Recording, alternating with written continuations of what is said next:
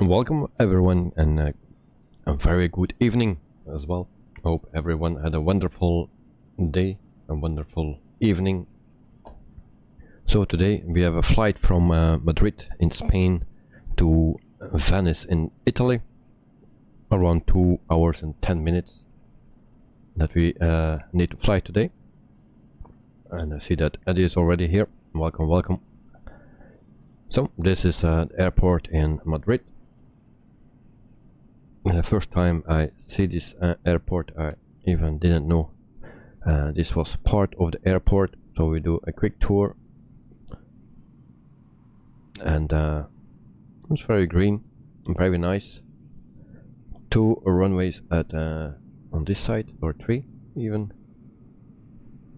No, 2. All right. So we have another terminal here. We have also a runway on this side, and then our plane is located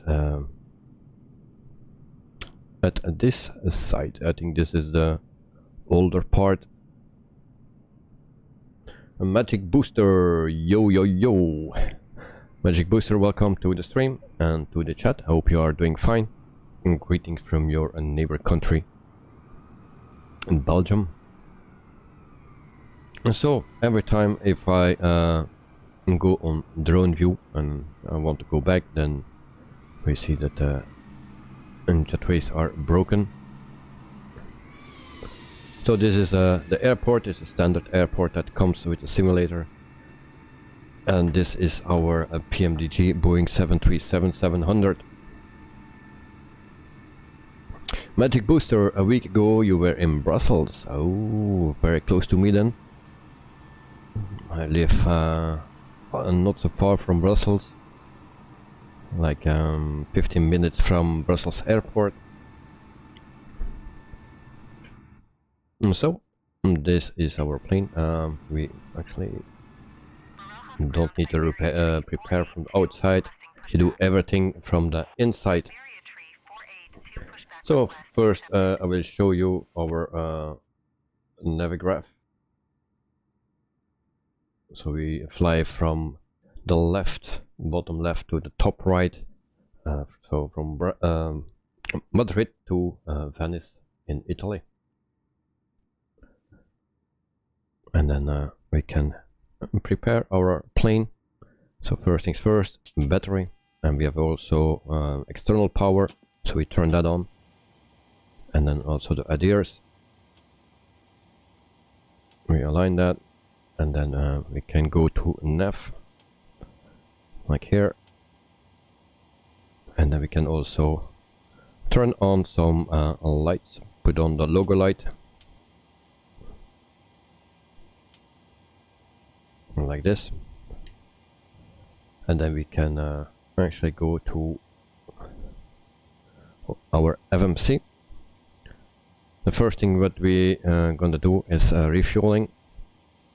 So we go to here, and because that takes a bit of time, and we also need to load some cargo, and we cannot do that completely when we are still fueling. So actually I need to go to this page, and then ground service. And then we see that we need 10,767 kilograms of fuel. So fuel truck is already arrived, and then we can start refueling. Also put on the webcam. So that's me. Hello, hello. Magic Booster, do you have paid scenery airport or not? No, I don't have any paid sceneries. No, totally not. So I have only Brussels airport. So thanks to you. But other than that, I don't have any paid scenery.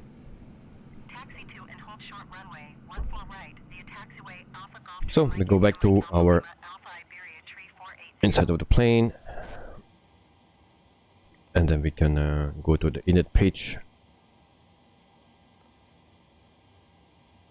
Actually, the menu FMC, and then we go to the init page here. So our the departure airport is LEMD. So LEMD, and that we put in here. We copy this one and we paste it here. So then we can go to the route. We need to clear this, and then we request a flight plan. So we go to the second page, and then we have on this here, we load that. So 824 nautical miles. So we select that, and then we request. And then we also need to know which runway we need to depart. Barajas ground Air Europa 737 request taxi for north departure with Sierra. Air Europa 737 taxi. And that's 14 right. So 14 right. We put that in. 14 right. Runway. Our flight number can also put in. So that's Alpha Echo Alpha 1112. Put that in, and then we can also load our flight plan. Magic Booster, is there a reason why? Maybe because the price? Yes, indeed. The price, because there are you can buy one airport or 2 or 10, but there are so many airports where I fly to, and then yeah, you cannot buy every airport, so that will be way too expensive. So every week or every stream we fly in another continent, always other or mostly other airports. So we will fly a lot to places where we don't have a pure airport. So that's why. So we need to put the runway again. 14 right. And there we go. Flight number is still in. So we activate and execute. So that is that.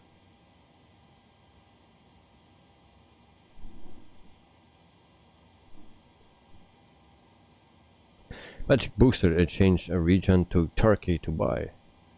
Then you can buy them for €2. Oh, really? Didn't know that. Oh, okay. So I need to check out that. And good advice. Thank you very much.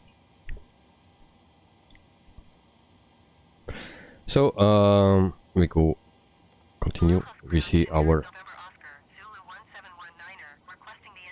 route here. Go to the next page, and then in the meantime we can also board the passengers, I mean, because before we forget that. So we go to the ground service, second page, fuel truck we have already. Passengers, I need to check, I think 125 or something. Actually 107 passengers. So we put that in.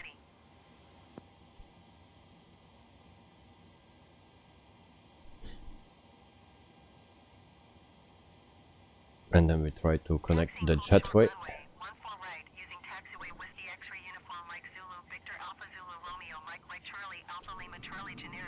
Oh, come on, jetway, come on. So as you can see, the jetway is broken again. It's just because I switched over from this view to my drone cam and come back, and then mostly I have this. Don't know actually what the reason is for that. So, and then we also need to open the door. We go to options. Oh no. That's a bit always searching for it where it stands, because I don't like it that you have it in the FMC. It would be easier if it was in the EFB, but we don't have that yet. So we can board the passengers as well, 107 passengers, and then we can also request the afterloader and carts, which check our payload. And that's pretty much it seems. You never can load that. Oh no, it's payload. Cargo is 3.0. Okay, so 1500 here and 1500 in the front. Like I said, we cannot load the front yet because of the fuel truck. So here we don't need anything, and here as well, just a fuel truck. So we are loading up. Go back to the init page. Cruising altitude for today's flight will be 38,000 feet, so flight level 380. We put that in, and then also our cost index will be 80, and then reserves is 2.0, and then the rest we will do when everything is loaded up.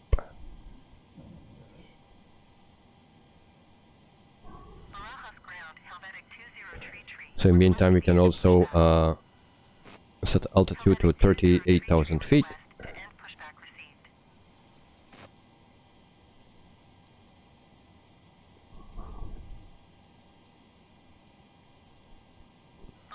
And then we can set this to 200. I don't think that makes a difference. So 220. Flight director on, and then also auto throttle on. So we can do that.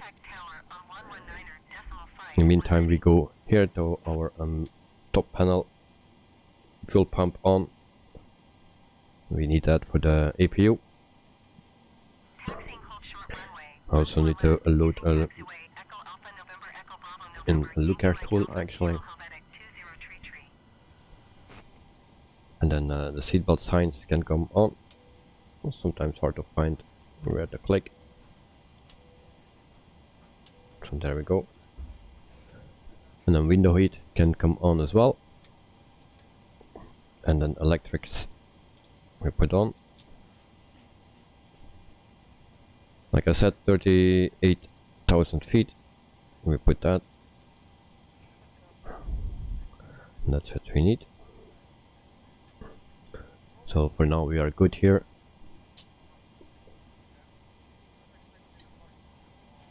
And we check again our menu here, ground service. Let's see where we are.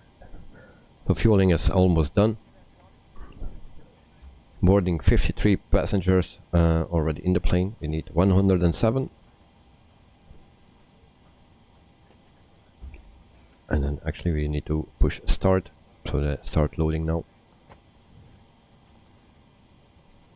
Et voila.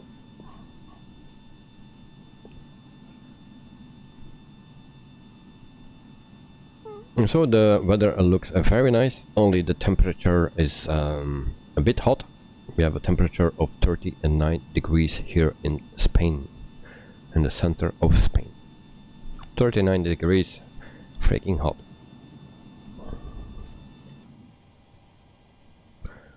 So we are almost filled up, and once that is done we can release it. Just wait for that, and we are good to go.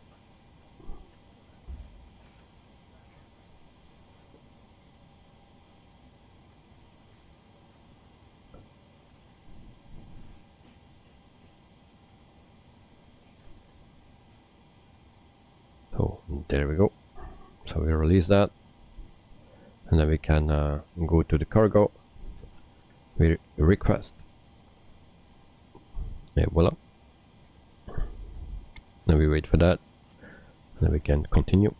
We search for our passengers, so almost 80 passengers on board, 27 to go. So our loader arrives.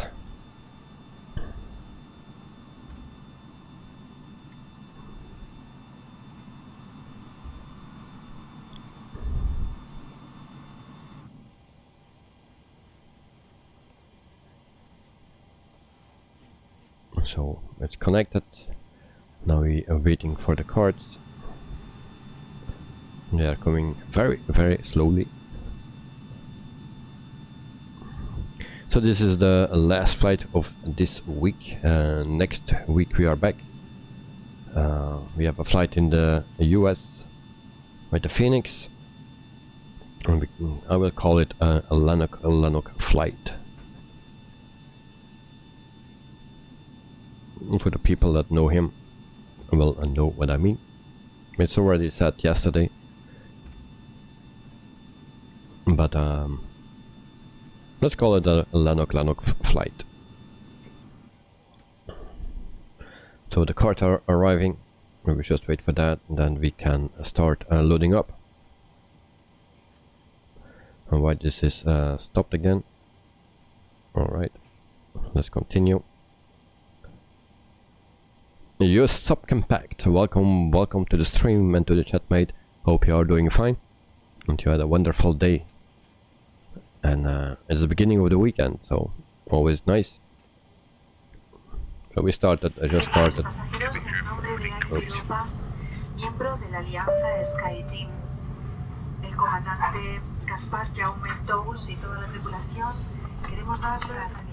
La duración estimada del vuelo es de 55 minutos. Estamos cerrando las puertas del avión. Los dispositivos electrónicos que no puedan ser manejados con una mano, como ordenadores portátiles, deberán estar apagados y alojados junto con su equipaje de mano. So packs are in. We can release the jetway. Por favor, comprueben que su cinturón de seguridad esté abrochado, el respaldo de su asiento en posición vertical, We also can close the door. la mesa cerrada y el parasol de su ventana abierto. Muchas gracias. Your subcompact Venice is a very nice place. Was never there, but I believe it's a very nice place.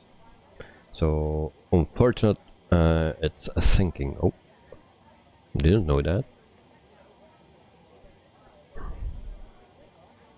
I was once in Venice in the Philippines. There is a place that is called Venice, somewhere in Manila. And it is a bit built like Venice is like more than something like a shopping mall or something. It's a bit built like Venice.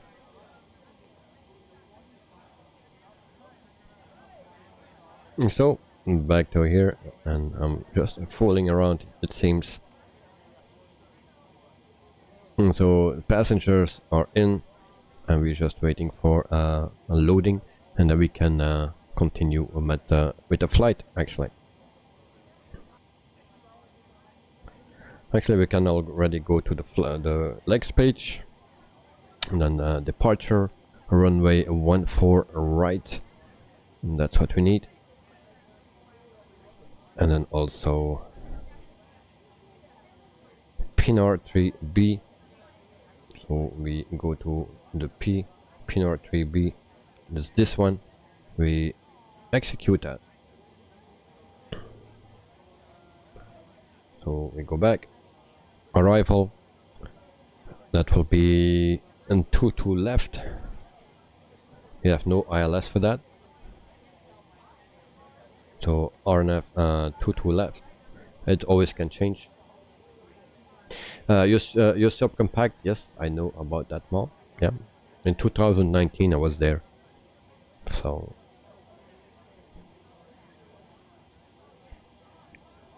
Albert 2E, There's the first one that we need, and then further all bad.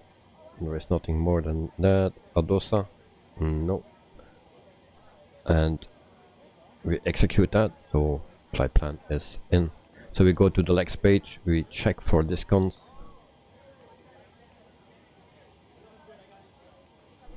So far so good. And there we have one. So we place this here, execute, and we are all good. And after we check also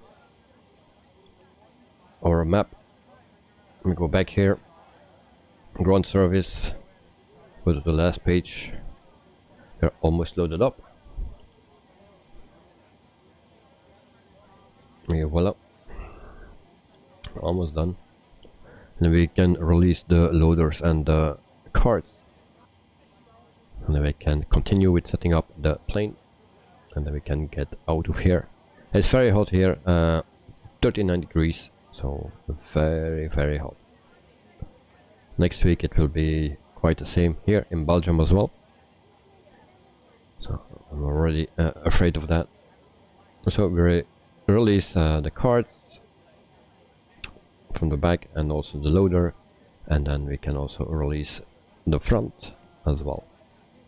So that's done. We just check everything again. We are fueled up, passengers are in. Back to menu, FMC.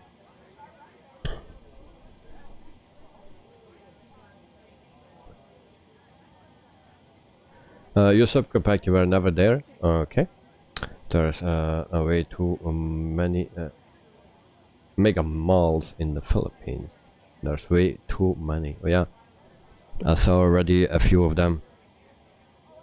So they're everywhere. There is a mall, a big mall. So yeah, you're right.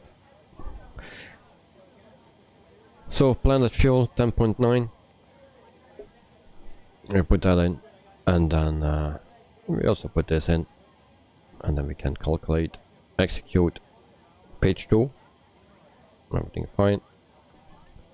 Then we go here, let's say we take this one for a change, takeoff, flaps 5, there we go. And then we put this in, 19.3, so that is a V1 speed of 133.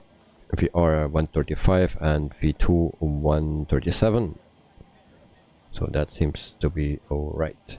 So then we need to set our trim wheel, and we'll zoom in a bit closer that I see what I'm doing. So 6.78, so we turn the trim wheel, so that is 5, and turning on the wheel. So this is a 6, and we need a 6.78. Well, that will be something like this. Okay. So that is a setup as well.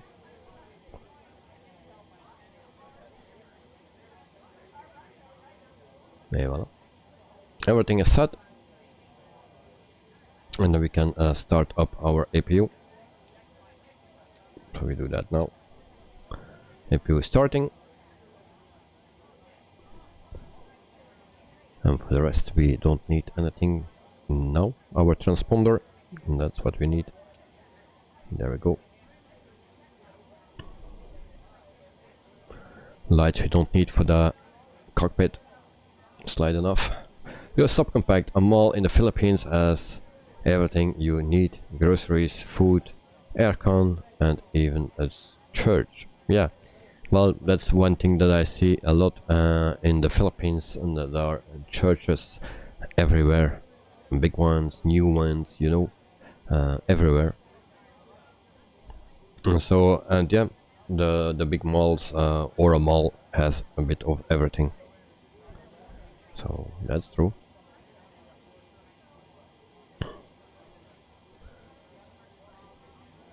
On the one side it's good, then you find everything on one place, but it's also true that there are too many, So APU is started, the generator and APU bleed is on, so we can turn off external power or ground power, and we can also release that. So we go back to menu,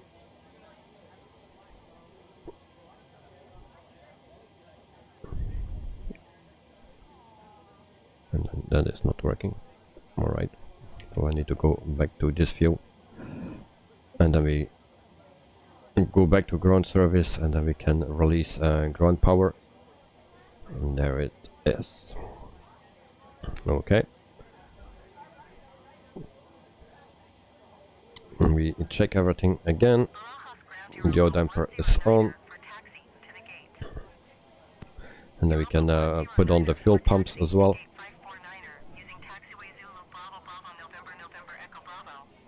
And then we are almost ready for pushback. I have a lot of lag here. It's very bad, it seems. My excuse for that.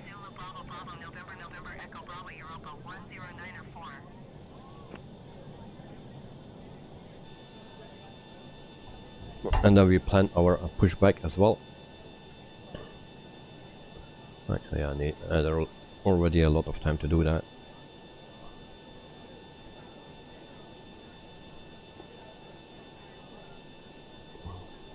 And everything is very slow today, so I can't wait to get out of here.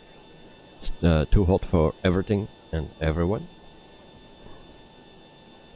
So we place our plane here, and then we can actually ask already for pushback.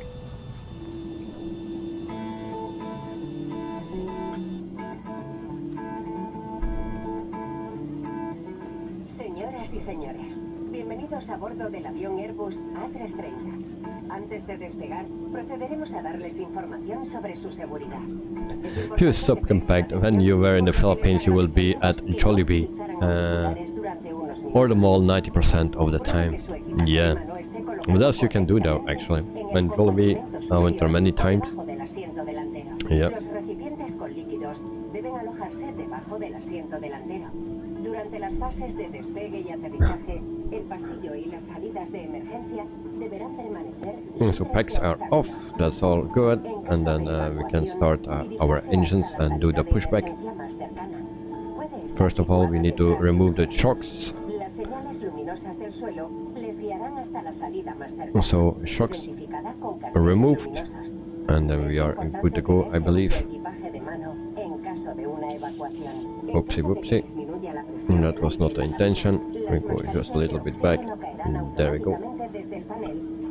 So engine number 2 can be started, and then we start our pushback as well.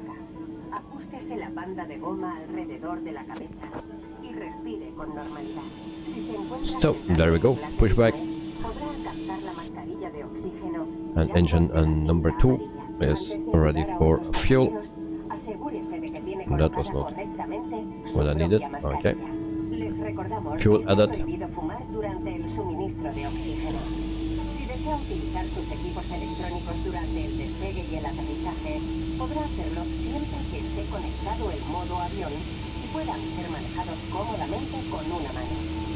No es así, deberán estar apagados y alojados en el compartimento portaequipajes.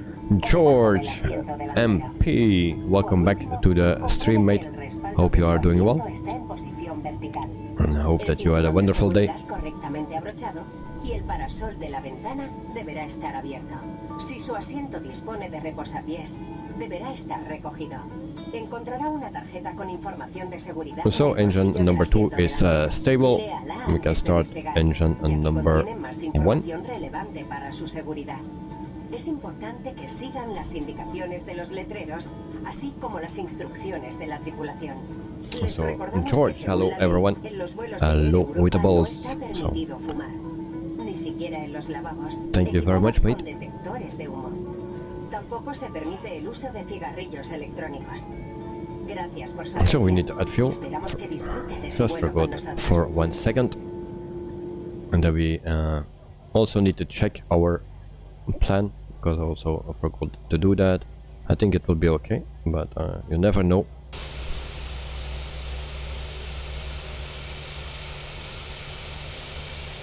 So pushback is almost done, and that was not planned. Thank you for putting me like that. Parking brake on, and then we can also turn on everything else what we need. So we check again from here, fuel pumps.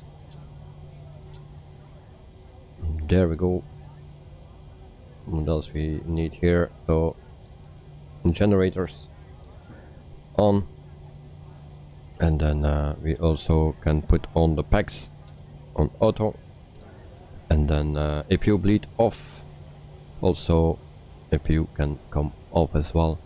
Then we put the probe heat,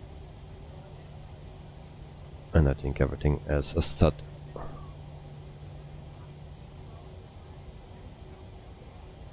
I believe. So taxi light can come on, and there we go. And VNAV, LNAV is also on. First thing what we, the last thing what we need to do is actually set it to plan, and then check our plan very quickly. So we go to step,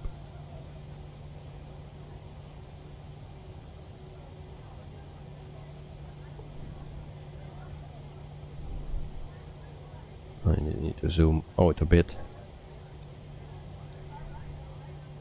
So there we go.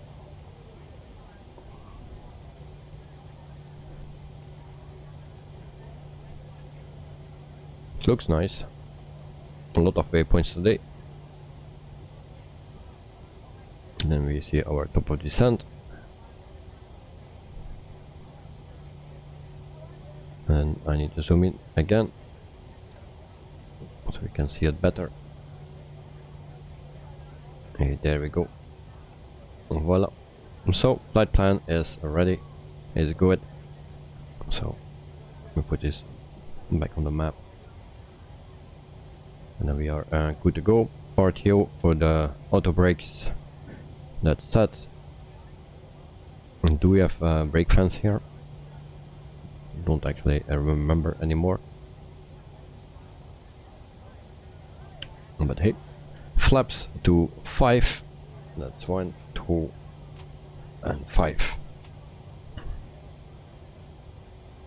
And then we release the parking brake, and then we can go to our runway. It's 1 4 right, I believe it is.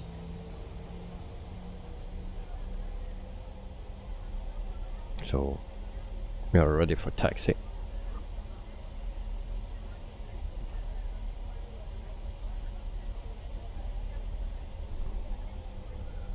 Like I said, 2 hours and 11 minutes, something like that. Flight time for today. It can change depending on the runway, but this is the longest time, I think. If you need to change the runway, we will have a little bit shorter flight.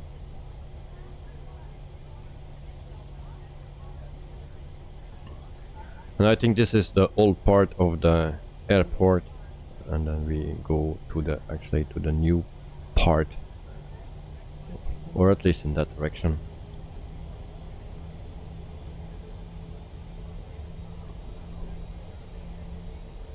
And we have a message from the FMC, never good, so we will check that later.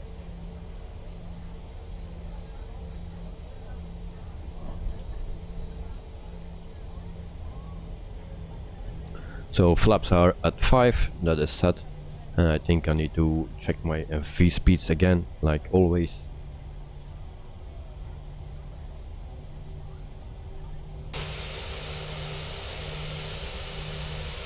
So there's a pretty big airport here in Madrid.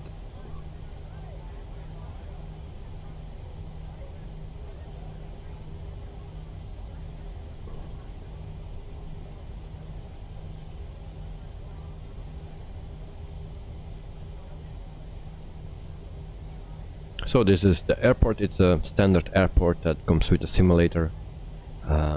It looks nice, very nice.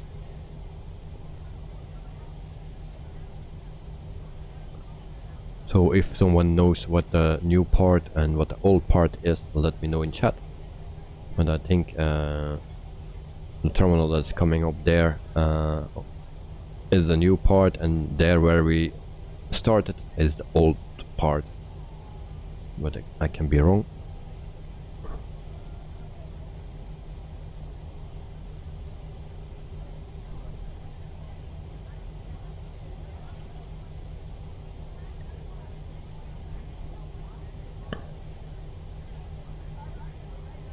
And I said that already before, the temperature is 39 degrees here in the center of Spain. Freaking hot.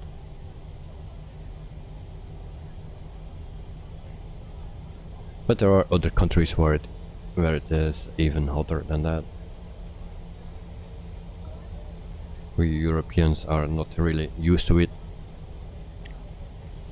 At least not the people from around the center of Europe, like Belgium, Holland, Germany. North of France as well. South of France, they are more used to it. So we go to the right here.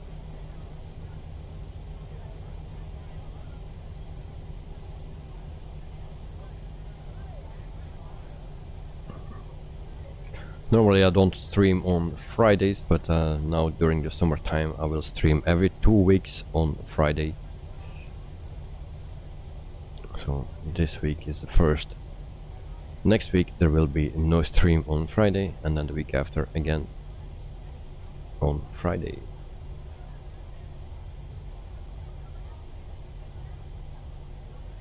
So this airport has also a big impact on my frames, it seems.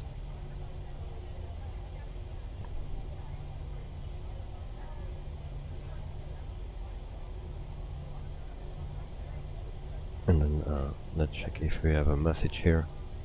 Verify takeoff speeds like usual.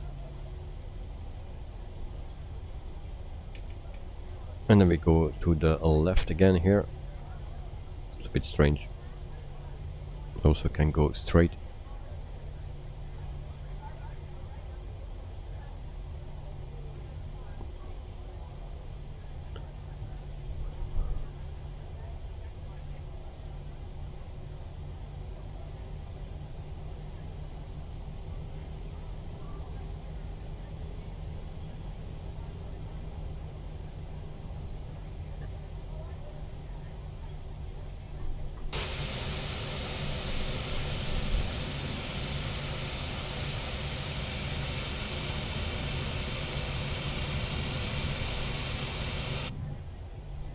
So clear skies,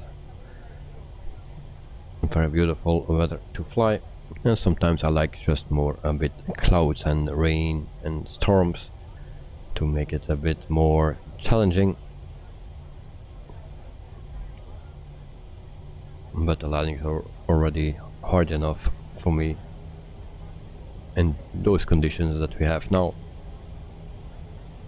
Yesterday we had a nice landing, but the days before it was not good. Yesterday with the Phoenix it was okay. So we will see how it will be today. I changed also my settings or sensitivity for my yoke for today, just to test out. It was actually responding too slow, so we will test that out.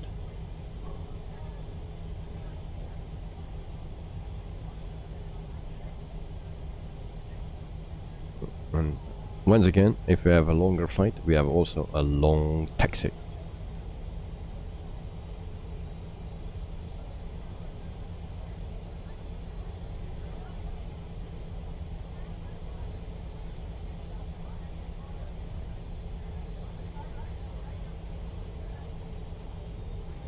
So we are almost at the end of our taxiway. Now we can ask permission to take off, and then we can go.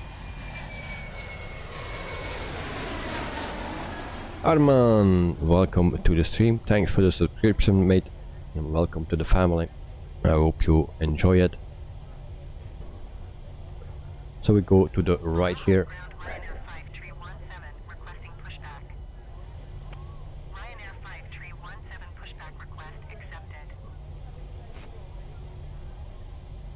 So this plane taxis very well, turns very nice. So we hold short here, and then we check our speeds again, and then also turn on our landing lights. Turn off the taxi lights, and then we also turn on anti-collision light, and everything is set here as well, so that's good. So we check our V speeds again, and that changed. I don't know how that comes, but it's every time that it just changed by one number. Then enabled 210 knots at MD 800. So we will see by that. So we go to the next page, we clear this.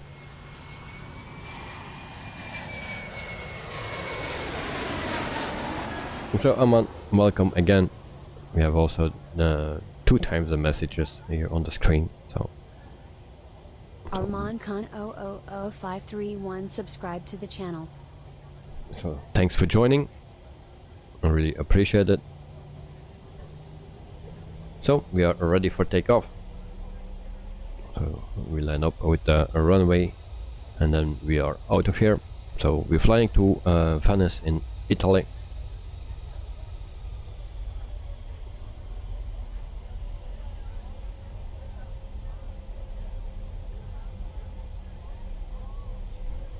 And then I prepare my seat, my chair. So there we go. Power up.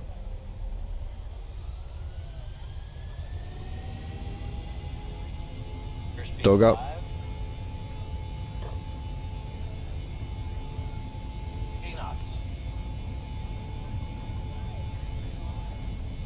It stays beautiful on the center line. 130. Rotate. Takes off very quickly. It's very sensitive now, it seems. So gear up. There we go.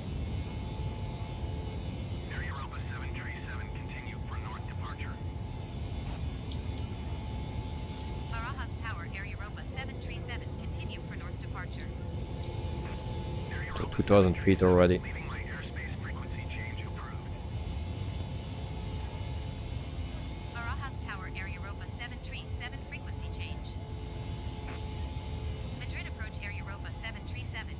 So I was also never at the airport at Venice, I believe, and not in real life, and I believe also not in the sim. Not really sure, but I think so. So we keep hand flying this a bit and build up some speed. We put this off. That's working, nice.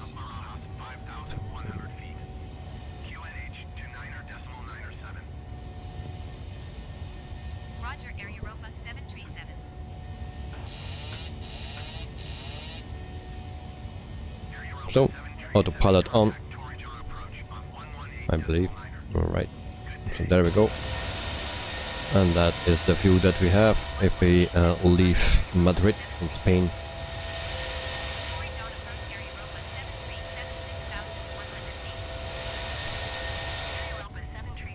And then we can check also the view here. And this plane is actually my second favorite plane. I like to fly it. And then we go also to the other side. It's a bad view, but this is better.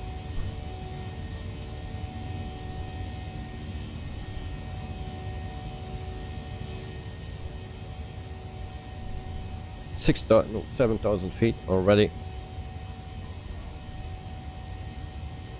and then we can retract the flaps too. There we go. If you want to see retracting the flaps, we can do that. And so we go to 1, and we see that the flaps are retracting. We also hear some sound, and then we can retract it completely. And there we go. And voila, flaps retracted, and then we are almost at our speed that we need, 8,500 feet, and everything goes great.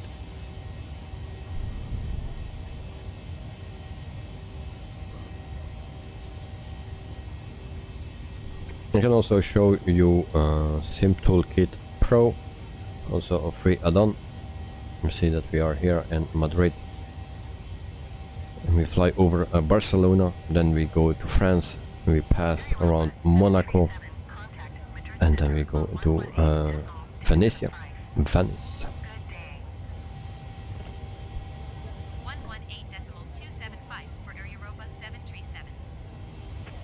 So we have also a Navigraph somewhere. If you want to see that, this is Navigraph. It looks a bit the same, but the same route. So this is a Navigraph. We make a left turn. Señoras y señores, el capitán ha apagado las señales de cinturón, pero por su seguridad les recomendamos mantenerlo abrochado por si encontramos turbulencias. Muchas gracias por su atención.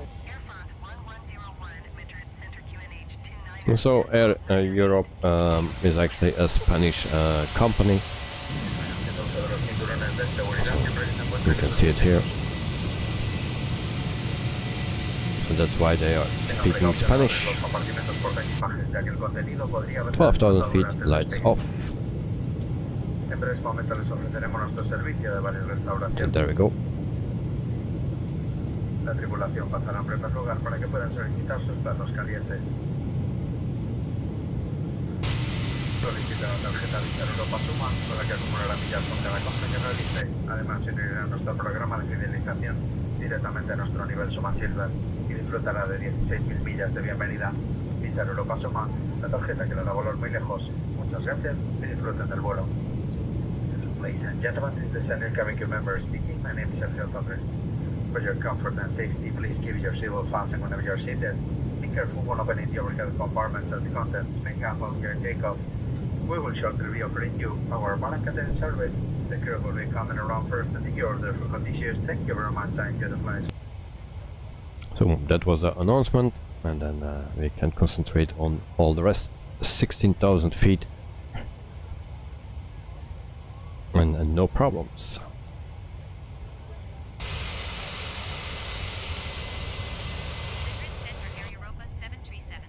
And we can back go to this view or another view, whatever. If we can see some nice scenery, always welcome. Cleared through Charlie Airspace Air Europa 737.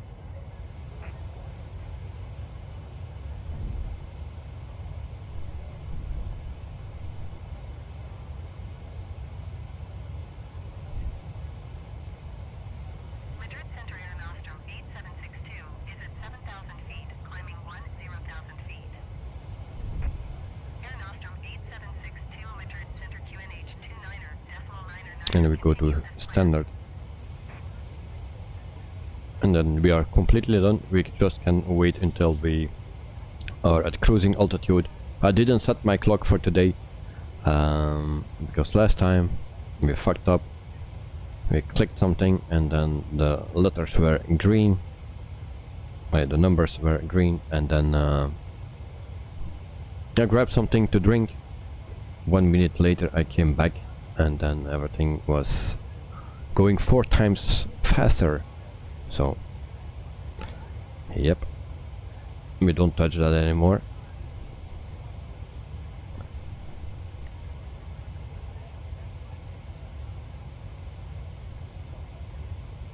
This is also the latest update of the plane. It's already from last week, I think.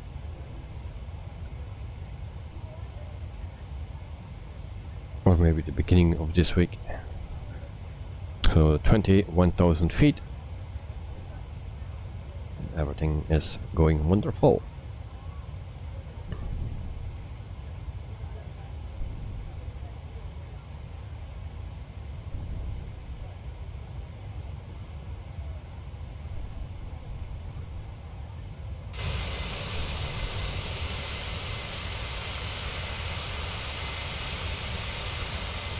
So once again, 39 degrees in Spain, and in Venice it's 26 at the moment. So 26 degrees in Venice, Italy. That's already a bit better than 39. I think that most people will agree with me.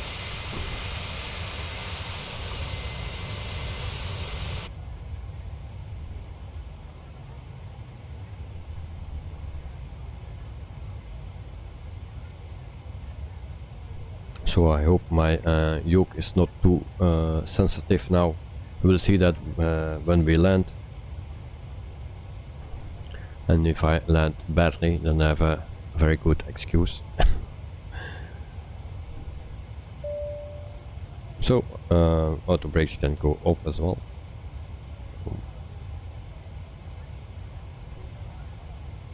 And we just wait until we are at cruising altitude. So almost 24,000 feet. So we are speeding up now.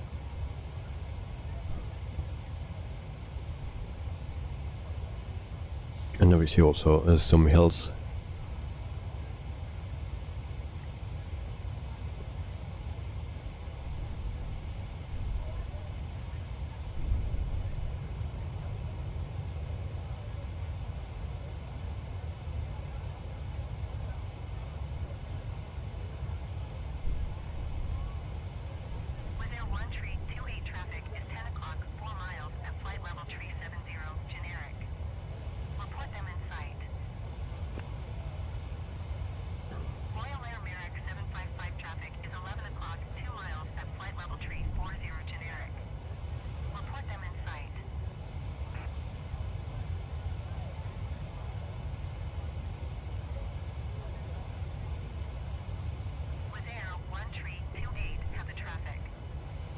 So for next week we have some flights planned.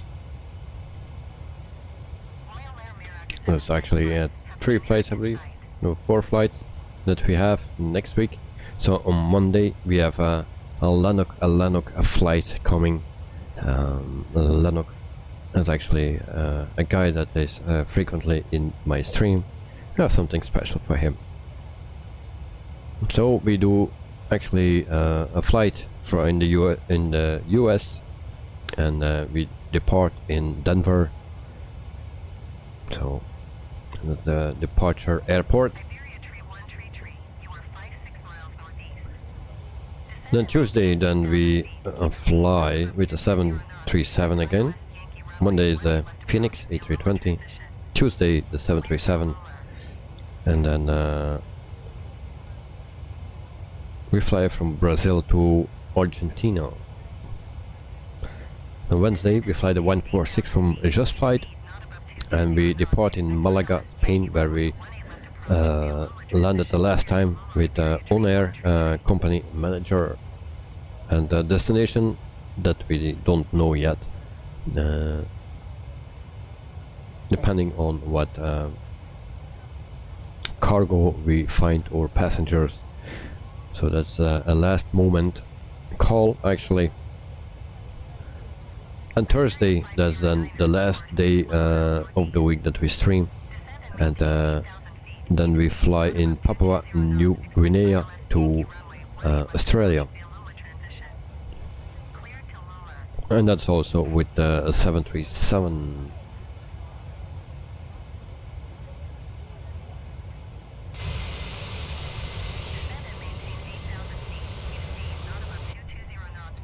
So back to the cockpit, we are at 26,500 feet.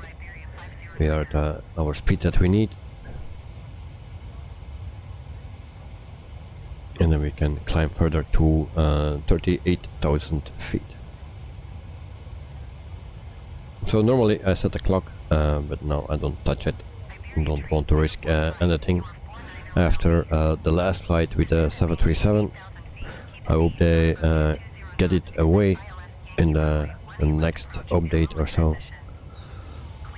But it's something that don't belong there, and if you accidentally click it, then you didn't see it.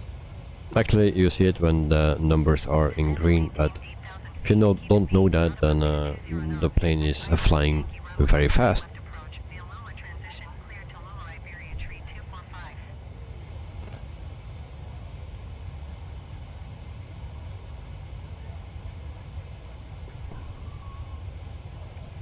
So actually we are climbing very slowly. It will take a lot of time before we are at 38,000 feet, it seems.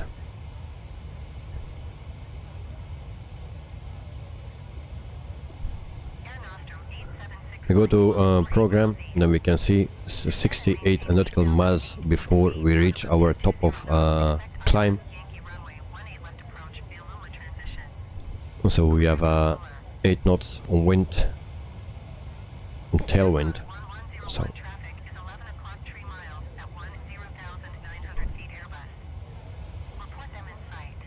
almost 29,000 feet.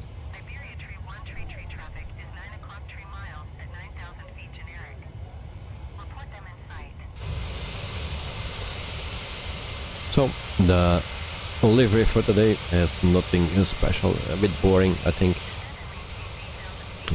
Not ugly, but pretty simple.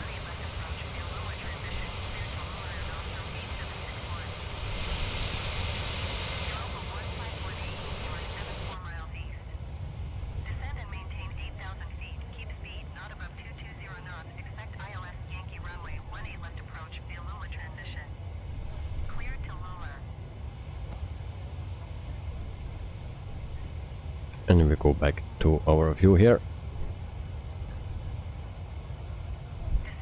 So once we are at cruising altitude, I will leave you for 1 minute and I grab something to drink, and then we'll be back in 1 minute. But first we need to be sure that we are safe and that we can cruise at full speed.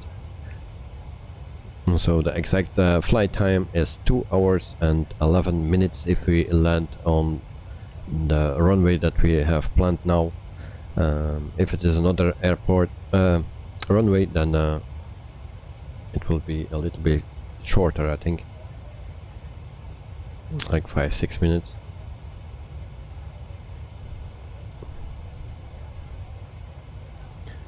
So I show you a navigraph again. So we are perfectly on our route.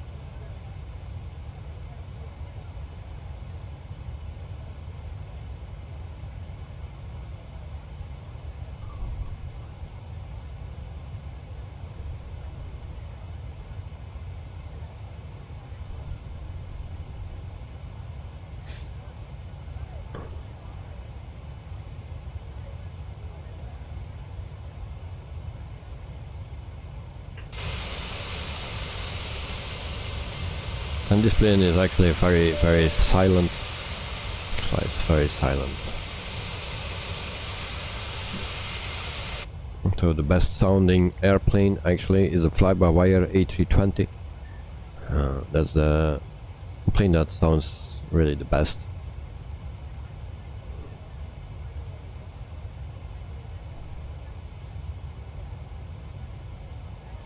Back to the cockpit, 33,000 feet almost. And we are very close to the speed limit.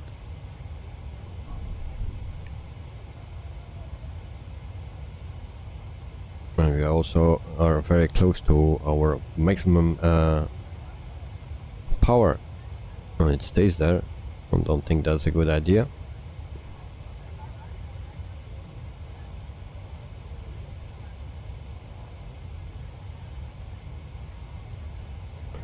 This is set. Alright.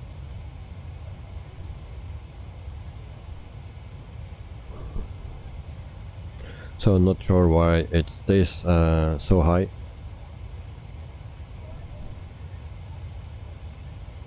$34,000 feet, 4 to go, and then we are at our cruising altitude, and we have very nice scenery, it seems. There's a bit less.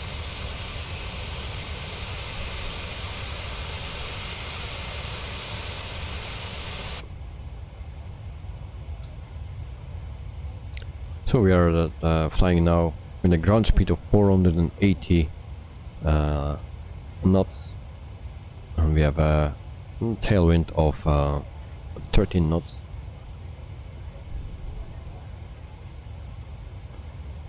And then we see 29 nautical miles to go for our top of climb.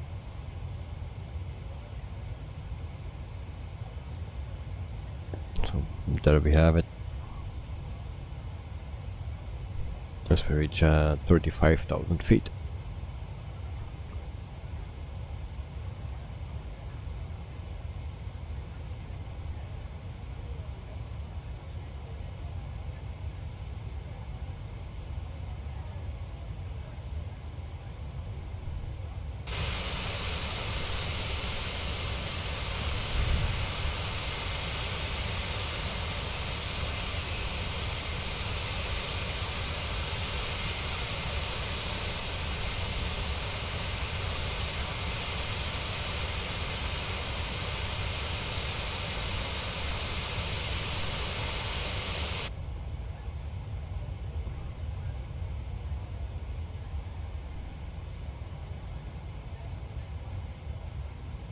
I think this is the real time in the simulator now. Last time I changed it. Let me see, this is UTC. Maybe not. I'm not sure. When I was experimenting with the clock last time, and then it went wrong. So, my good advice, don't touch it.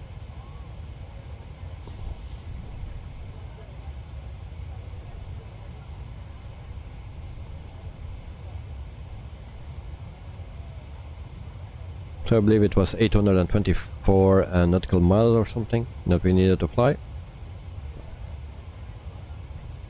And we still need to do 30 nautical miles before we reach our top of climb.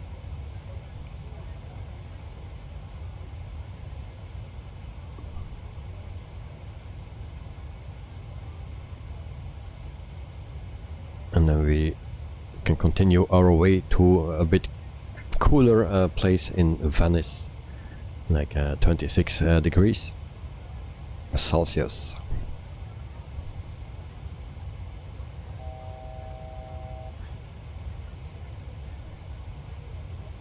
So people, if you like this content, this stream, if you want, give it a thumbs up.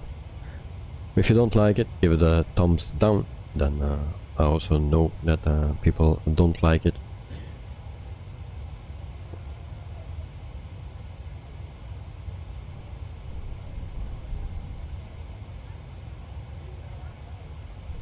So 37,600 feet, 400 to go, and then we can cruise.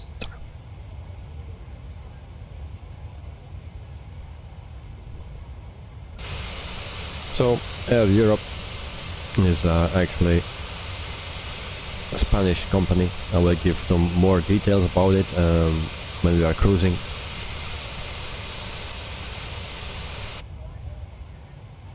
So we reached 38,000 feet. There we go. Now the power can go down from the engines. We were a long time flying on full power, it seems. It's never a good idea. So we can cruise now. I will give you a view of this, or if you want another view from the other side, you can do that, like this one. So I will grab something to drink because it's very hot here, and I will be back in 1 minute, and then we continue the flight to Venice in Italy. So We'll be back in 1 minute. George, Twitterballs, which are the best mods, free or payware, airplanes, airports and stuff for Microsoft Flight Simulator? You can suggest a new pilot. Well, I will answer that question in 1 minute, mate. I will pick up something to drink and then I can answer your question. So that's why. And we have also a new subscriber. Sorry, I cannot pronounce that name. So my excuse for that. So anyway, thank you for subscribing. And George, I will be back in 1 minute and then I will answer your question. Okay, see you in 1 minute.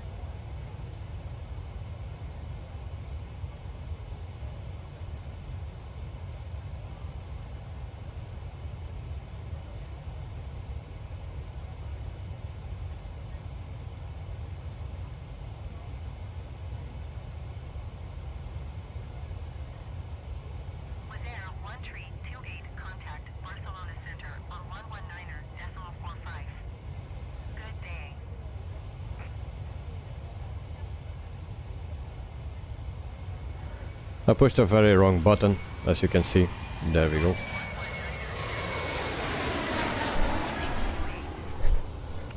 Hey, voila. It's not the first time that I pushed the wrong button. Subscribe to the channel. So, I have my Coke. Here we go. I will drink. And then, and George, about the airplanes, airports and stuff. Airports, yeah, that's a personal thing, depending where you're flying. The one that I know that is very, very beautiful, that's Brussels Airport. That's my region. And that airport from Aerosoft looks very, very, very nice. It looks like the real airport. A lot of details. But of course, if you are not from this region, you don't fly it to that airport, then yeah, it's maybe not worth to buy it. The other airports, there are so many good airports, just depending where you're flying to. But if you are speaking about airplanes, I can recommend the Pmdg, the one that I'm flying now. That's the 700, very nice plane, one of the best planes in the simulator. Also the 600 will come out soon, and the 800 and the 900, just depending on which one you want. You can wait a bit if you don't want the 700, but the 600 and the 800 they are coming very soon as well. I'm sorry, I need to drink.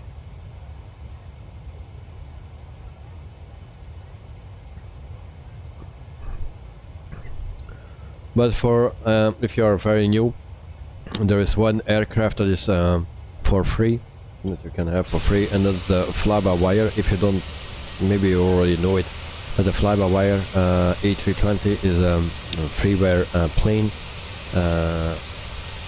It's looks very beautiful, it flies very good, and there are updates very frequent. There are many people working on that plane, so it's always getting better, and it's for free. On the other side you have the Phoenix A320-200. The fly-by-wire is the neo version, and then the Phoenix is the A320-200, the older version. That's a Paybear plane. We flew that yesterday, and also very beautiful. Yeah, it's a great plane. It has the best cabin. I will show you. This plane has not the best cabin, but they are working on it, and they will in later updates they will give us we cannot go here. They will give us a better cockpit, actually, cabin. So this is how the cabin looks in this plane. I think that it was already updated, but this is how it looks in this plane. In the Phoenix it looks better, in the A320. In the Flybywire you don't have any cabin. You have just a few windows where you can look through, but other than that it's just an empty plane, and it's actually you are at the outside. You don't have a roof and anything, so that's not modeled by the Flybywire. But the Phoenix also a very nice plane. And then you have also my favorite, depending how much you experience you have in flying and how much you want to learn. Well, the 146 from Just Flight, that's the British Aerospace 146, is also a very nice plane. It has also a cabin, not so nice as the Phoenix, but it has a cabin. It's a smaller plane with 4 engines, an older plane, so it's not as modern as the 737 or the A320, so you need to do a lot more things in it. But if you really want to learn to fly with the plane, and yeah, and you want to do more than in an Airbus or a 737, then the 146 is a wonderful plane. But you need to spend some time in it to learn it. At least for me it was a hard learning process, and I still don't know everything about it. So that are actually the bigger airplanes that are good. You have also the Mad Dog, the MD-80 or 82 is that. I don't have that, so I cannot say if it's good or not. But that's also an option. And then in November also the A310 will come out, but that is a plane for free that will come with an update for the 30th anniversary of Microsoft Flight Simulator, because they're existing 40 years, and they will give you free airplanes and helicopters as well. So, but that's for November. The A310 from Inibuild is a very nice plane. So that's already in X-Plane 11, so it will also come to Microsoft Flight Simulator. And you will also have the DC-3 as a free plane in November in that same update as well. Also the Beaver. So depending what you want to fly, George, I can recommend the Pmdg, the Phoenix A320, the Just Flight 146. I can recommend those if you like tube liners, the big cat, then I can recommend that. There's also another one, a freeware Headwind, the Headwind A330, and the Neo version, also for free. That's also a nice plane. So if you don't have those, I will start with those, the free ones, like the Flybywire and the Headwind, and you will enjoy those. And if you want a 737, well, this is the one. Or you wait for the 800 or the 600, depending on what version you want. But for now we have only the 700 here.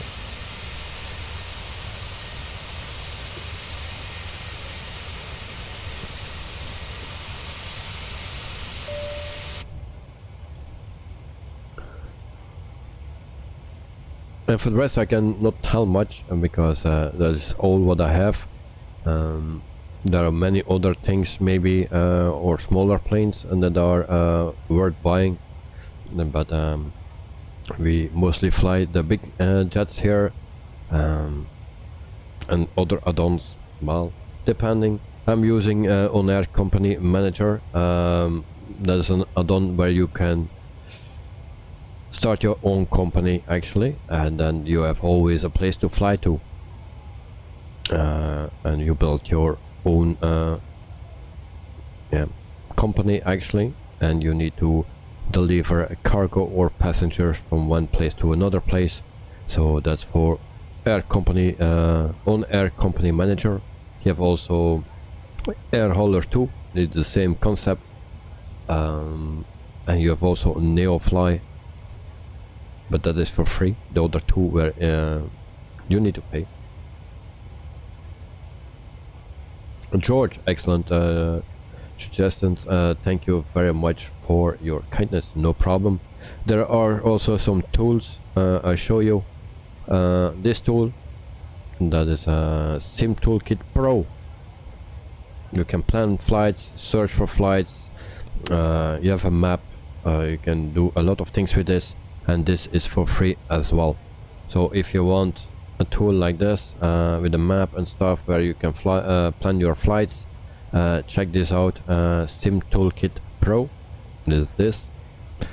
Then there is another planning tool, and that is actually a little nav map. Also show you this. This is little nav map. You can exactly follow your plane. Your plane is in yellow here. You see other planes in the sim as well, and we departed here. And you can actually put in from SimBrief your plan, or you can just plan your flight by yourself, completely free as well. So suggest that you use this as well, or download it as this, and then yeah, you're good to go. George, is there ATC engagement mod? Well, there is something for ATC that you get a better ATC. That's a payware, but I don't have any experience with that one, and I also don't know exactly how it calls, or what name it is, or what company that made it. But there is something with a better ATC. You can also use VATSIM. That's with real controllers or people that control the sky for you. I don't use that. I like to use it, but I need to be more experienced for that. I need to spend some time with it. So Thomas Grand Official, welcome to the stream, and thanks for the subscription, mate. Thank you very much, and welcome to the family.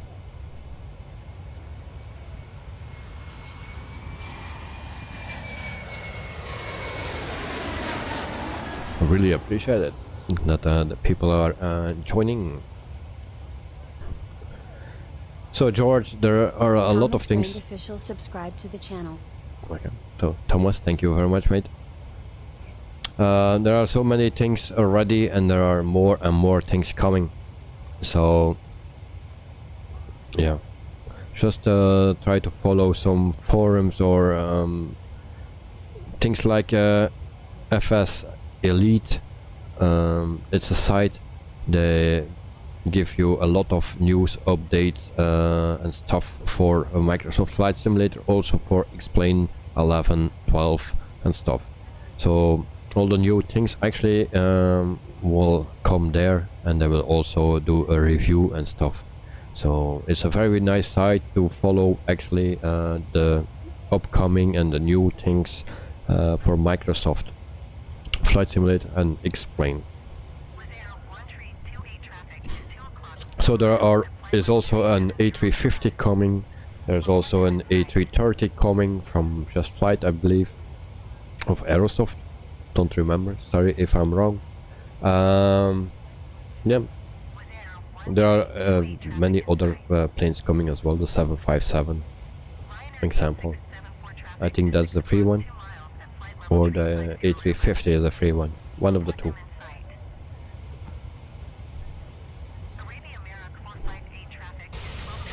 So in the meantime, we're still off flying.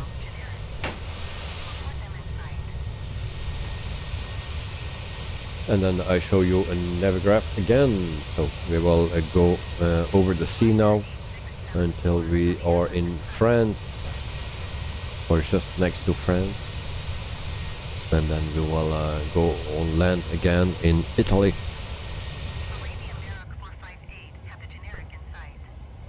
So we are cruising with a ground speed of 479 knots, and we have a tailwind of 21 knots. So 482 nautical miles to go for our top of descent. And then what else we have? George, thank you for the donation, mate. Thank you very much for the €1.91. Thank you very much. I really appreciate it. P tipped €1.91. So, Toppy, really appreciate it, mate. Thank you very much. It's very, very, very kind. So, cheers.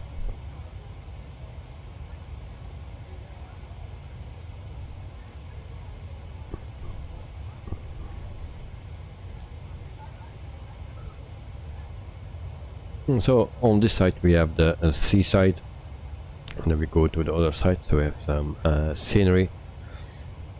And then I can also tell you something about Air Europe, or Europa, or how you pronounce that. I'm from Europe, so I'll say Europe. So Air Europe is from Spain, and it's founded in 1986. And the base or main hub is Madrid, the place where we departed today. So the fleet size is 43 aircraft, and there are 17 more coming. So average fleet age is 6.7 years old. And then they have the ATR-72. They have two planes of them. One is in service and the other one is parked, so not in service. They have also 17 Boeing 737-800s. So the one that we are flying today, and they don't have. They had in the past the 600, 400 and 300. But at this moment they have only the 817 of them. There are 5 coming more in the future of the 800, and there are also 3 coming of the 737 MAX 8. So, but that's for the future. They have also 9 787 8 Dreamliners, so in total 9, and they have 12 787 of the 9 series from the Dreamliner. In the future there come also 1 from the 8 series extra, and 8 from the 9 series. So they are expanding. And then they have also the Embraer ERG 195, and they have 3 of them. So that is actually the fleet size of Air Europa. And yeah, so 43 aircraft and 17 more coming.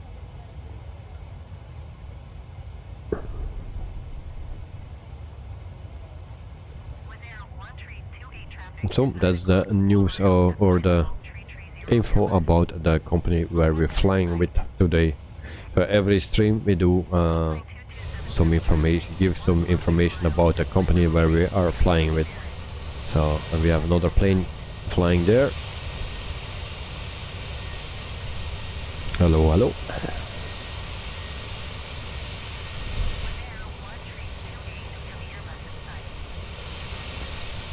Also under us there is another plane flying there. So George, what planes you will actually like to fly? Do you really like to fly the jetliners, or also smaller planes, private jets, propellers, stuff like that?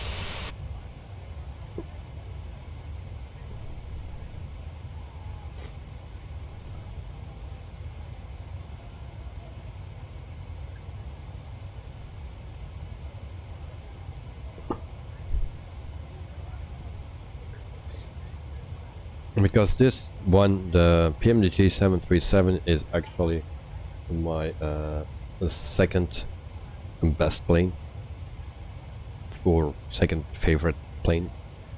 And if my map stays on, then let me know, because I don't know for how long the map was on. Sometimes I forget to turn off the map. So this is actually my second favorite plane.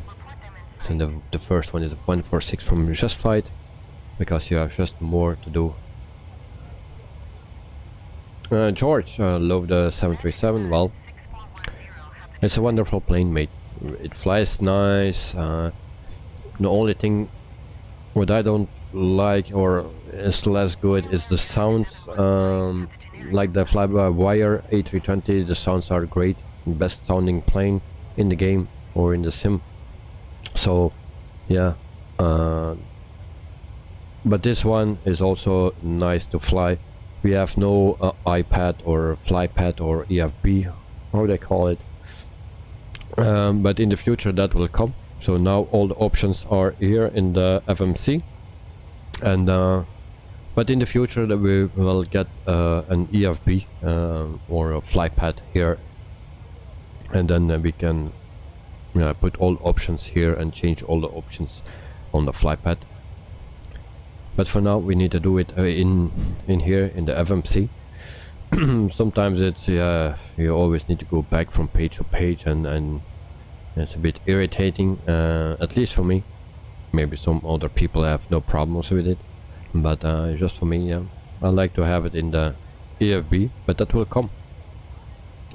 So just stay updating it, and then it just depends. If you like the 737, this is the 700. There's the only one available at the moment, but in August the 600 and the 800 will come, I believe.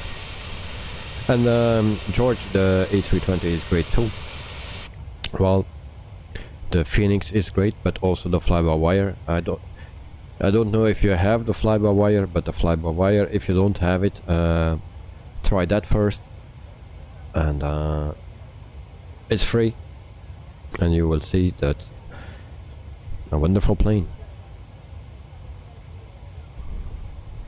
Also the Headwind A330, it used the same systems as the fly-by-wire, and so I think they are working a bit together, and well, that's working fine as well. Soon we'll do a stream with it, not next week, but the week after. We will do a stream with the Headwind A330, so you can see what I mean.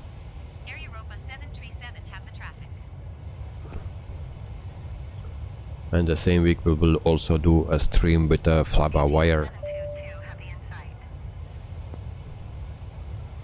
So then we have a week of 5 streams, I believe, and then we can actually fly every plane, like the A320 fly-by-wire, the Phoenix 200, and the A320 200, the 737 700, the 146, and the British Aerospace 146, and then the Headwind A330, stuff like that. We can fly everything.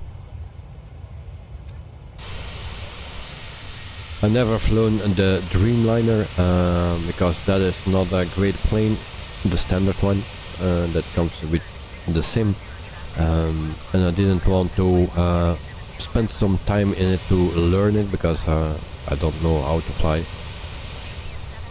And so maybe if there is a better plane coming out as a Dreamliner, maybe I will spend some time in it to learn it.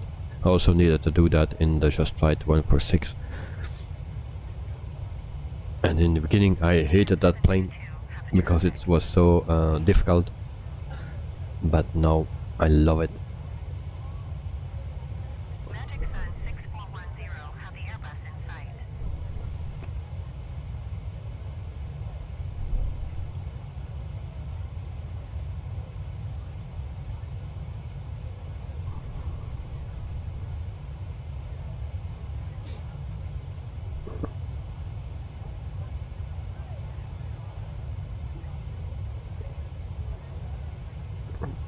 So now we are completely above the sea. I will put Navigraph on again, and I will also make sure I turn it off again, so that you can see where we are. But sometimes I forget to turn it off, and then if no one says something and I don't see it, because my whole screen is covered actually by other things. From the moment that I click again on my center screen, I don't see anything anymore of my OBS, so that's why I cannot see if the map is still on or not.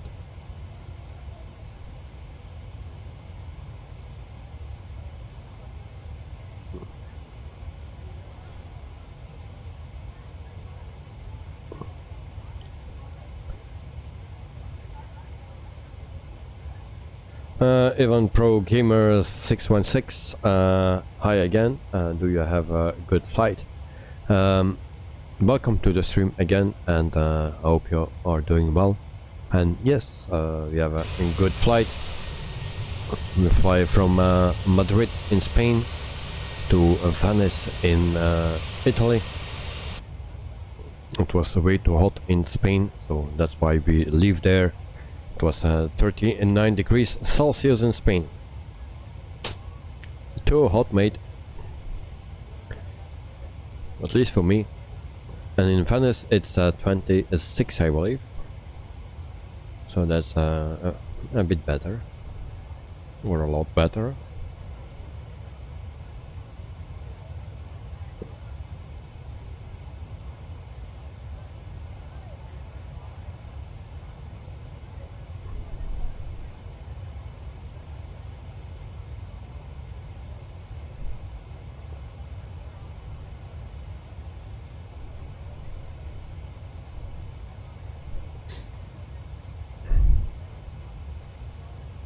And I can actually check FS Elite. That's the site where I was talking about. They have always some great news, and from airports and freeware and hardware, you know, a bit of everything is in there.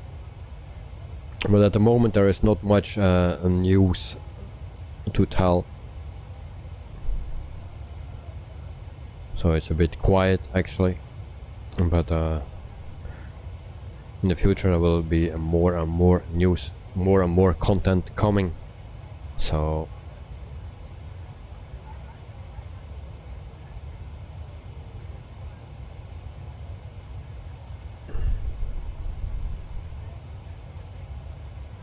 and I see they have a review from Vertical Sim, Tacoma Airfield. That's Omaha Apply Field or something. So they did a review on that, and yeah, looks great.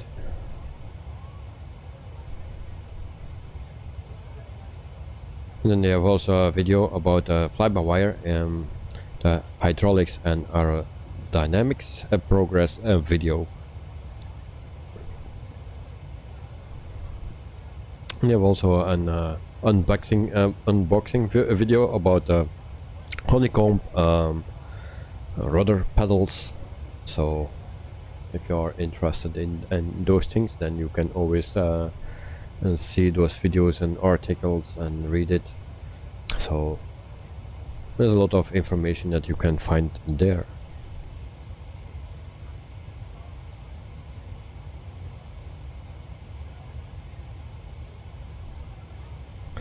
So in the meantime, I cannot tell how long we are flying, but because the last time I had an issue with the clock and the speed of the game actually, so we still need to do 360 nautical miles before we reach our top of descent, and then yeah, can prepare for landing. So we have the fuel eliminated, so we turn off the fuel pump, so that just means that our center tank is empty, as you can see. I always take 2000 kilograms extra fuel on board, because also I got a lesson from SimBrief that I was flying, doing a test flight for a stream, and everything was going well, and I put in the exact fuel amount that the SimBrief gave me, and I had no problems. I landed safely, and I didn't check it, the fuel what was left actually, to be honest.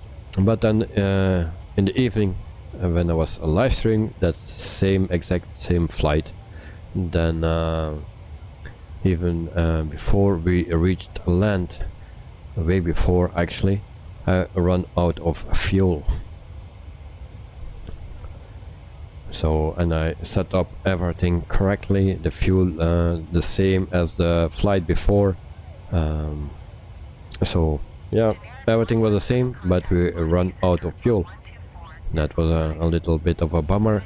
So since then I always put in 2000 kilograms of extra fuel in a 737 or an A320, always.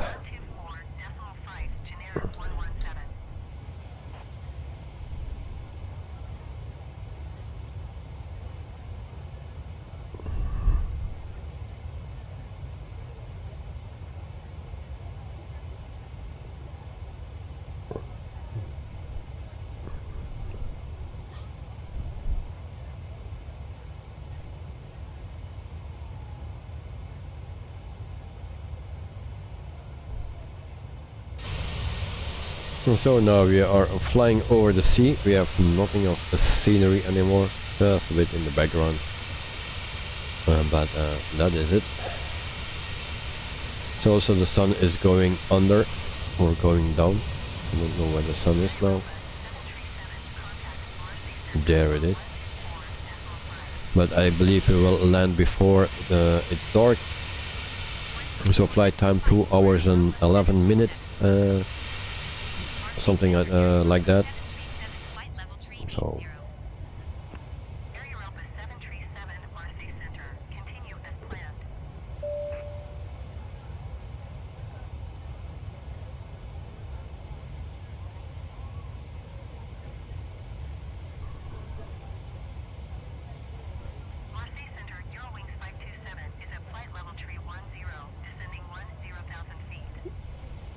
the only thing what I find less good is actually the wing flex here on this plane. It's a bit too jumpy.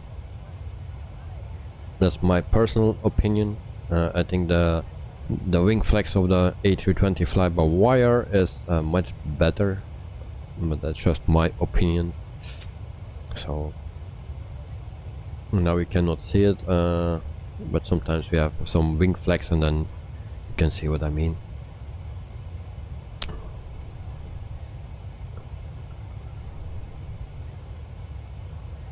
And I believe they already updated the cabin, and we see a nice 737 here.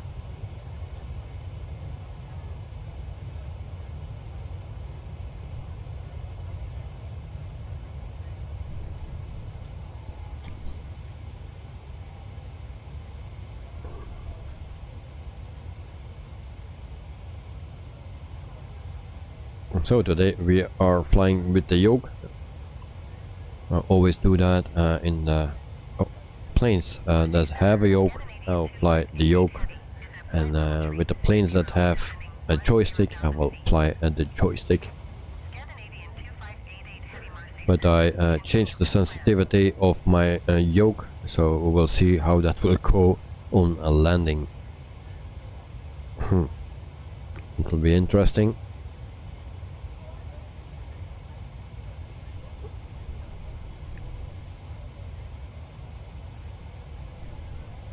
And today we don't have an ILS landing, so I will miss that. So it will be just air nav, and then or it must be that the runway change where we need to land.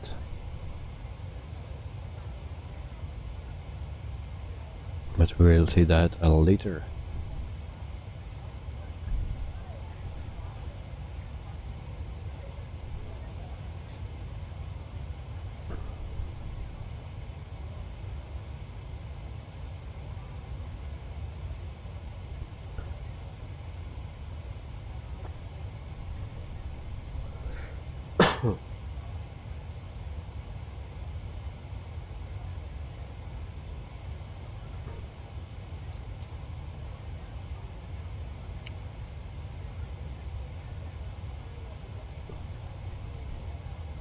And if I don't forget, I will use this on landing today.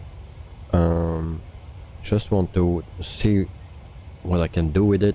I don't see everything on it, I think. And still, if I use this, I'm still watching here. But we will see. We will try it again and see if that is a good option or not. So turn that off again.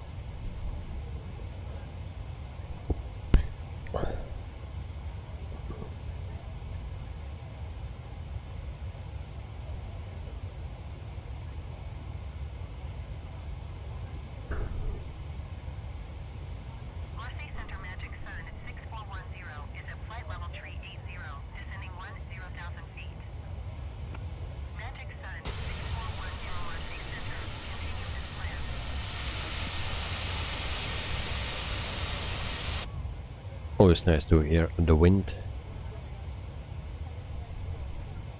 So we have a wind speed of 27 knots and we are flying 475 knots. And we still need to do 307 nautical miles before our top of descent.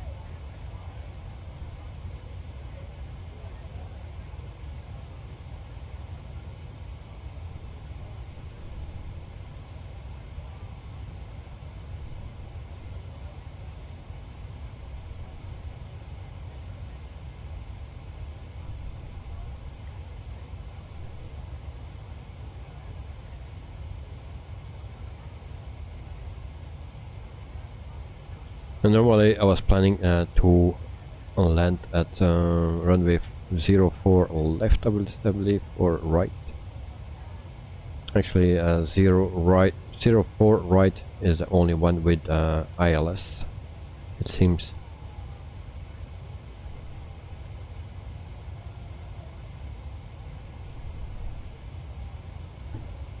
So maybe I can put in already the things that I need for that approach if we need to change the runway.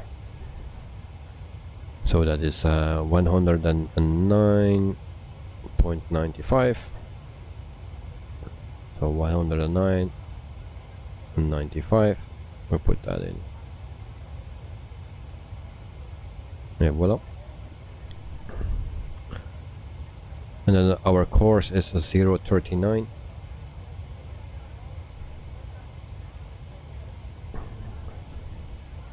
So we'll put that in as well,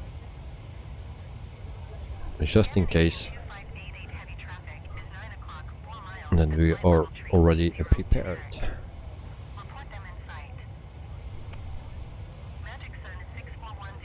There we go. So that's what we need.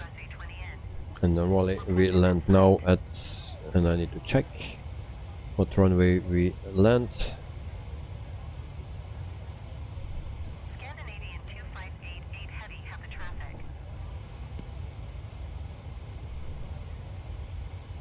Runway 22 left. Magic Sun 6410 have the traffic.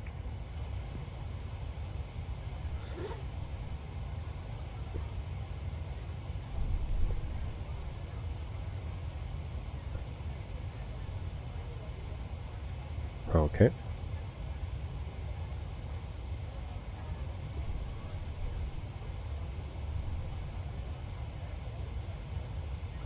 So there we go. So the people that want to see never drive again. So we are halfway the flight for today. And then we see the land very soon again. See it already in front of us. Your subcompact, hello again. I'm back. Welcome back, mate. Welcome back. So we are just halfway. We did some little preparations for landing already. If we need to change our runway, then the ILS is already set, or the frequency. We go back to here, and where I need to go, program, no, it was not that, menu, actually here, need to go here, approach,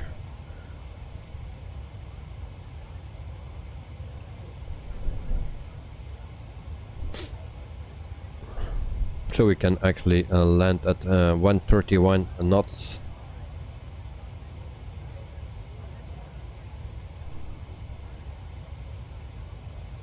At flaps 40.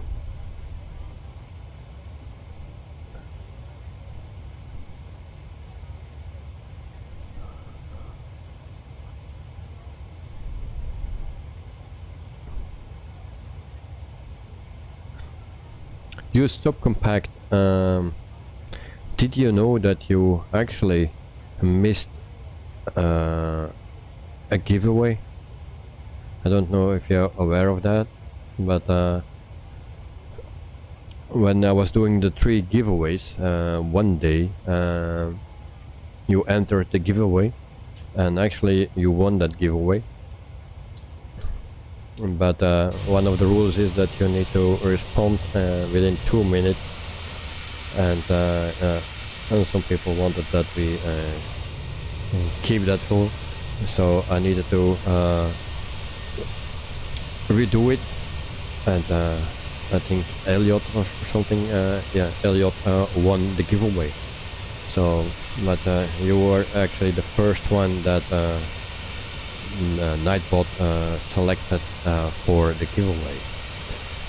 So I was yeah, so actually a bit of a bummer, but I hope next time then you entered again, and maybe you can win next time. Your subcompact, yeah, that sucks. And at that same moment, Elliot is coming in. Elliot, welcome, welcome. I think you won the giveaway then, when your subcompact was not in the chat anymore. So yeah, so the 3 winners were actually Knight the Knight, Sean also won, and Elliot. But yeah, actually the first name that Nightbot picked was your subcompact. So yes.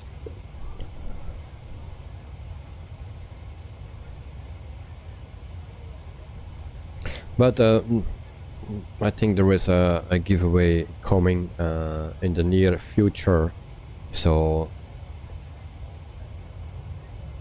you will make chance again, like everyone. Make chance, so don't give up. I actually didn't know that you didn't know. Maybe you saw the stream afterwards or later or whatever, but it seems you didn't know it. So it's better that you know it. So next time, or I need to change the rules, but Sometimes I cannot contact the winners anymore, because if they don't return to the stream, then I cannot contact them anymore. That's why I say actually a 2-minute rule. If Nightbot selects someone, then you have 2 minutes to reply if you are still here, so I know that we can communicate and yeah, give the information that is needed. So that's why.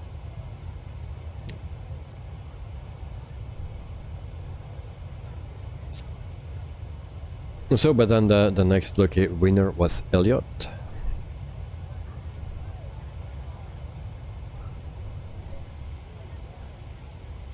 So we are still flying at 30,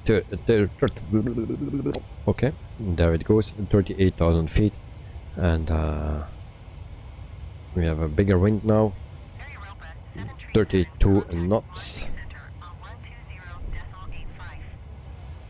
And then we go to program, and then we see that we have still 240 nautical miles to go before our top of descent.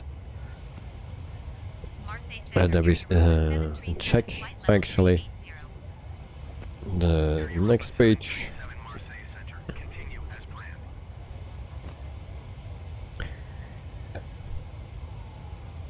As you can see, we need to be around 2,000 feet. We can already select that 2,000 feet.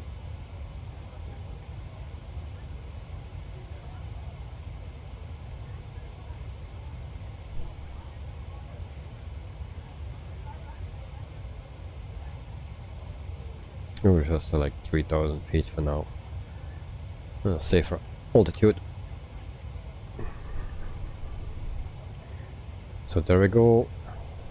Let's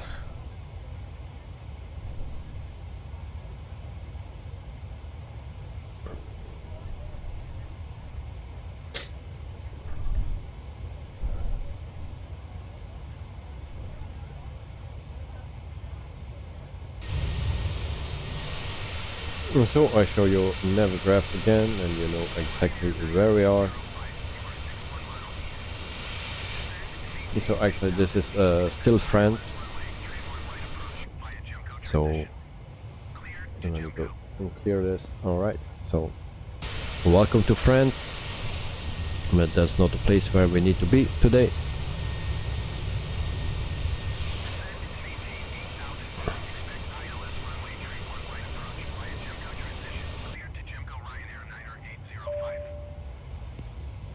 So like I said, Monday we are back with another stream in the Phoenix A320 200, and let's call it a Lanok flight.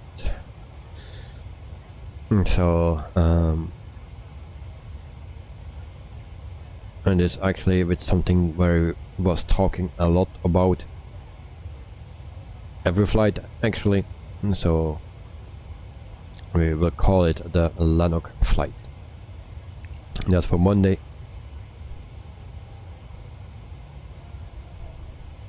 And then we will stream until Thursday. So Monday, Tuesday, Wednesday, Thursday, and that's the last day before the weekend actually starts for me.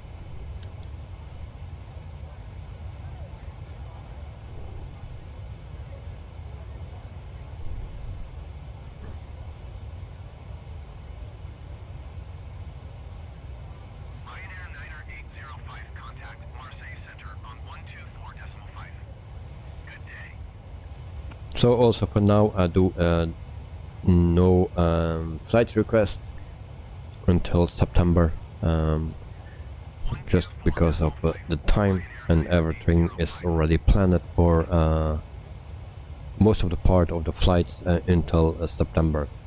So that's why I don't do flight request at this moment for the coming 2 months, but from September we can do that again.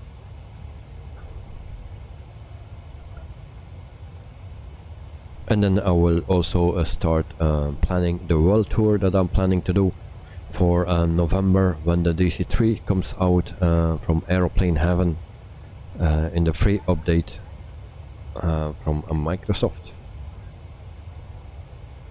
So then we will fly every week. We do 1 flight all together for all the people that are interested.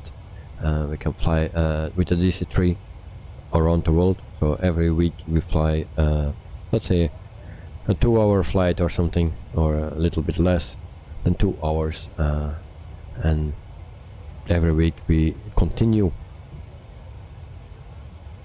and at the end of the lifetime of Microsoft Flight Simulator, maybe we are around the world, something like that, who knows.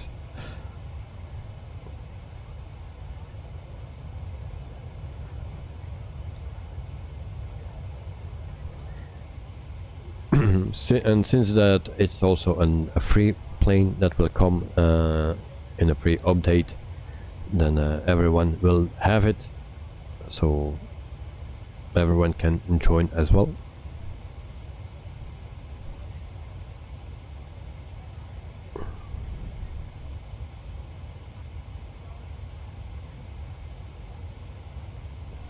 I'm also looking forward to a flight in the Philippines with Philippine Airlines, but it's not for or in a short time, because everything is planned already, and I went from A to Z in all regions, so it will take some time. Except when there is a flight request, of course, in September, then I can put it in maybe earlier. But Philippine Airlines was also a company where I was flying with, so that was also a nice experience. No complaints about it, just the same as Cebu Pacific.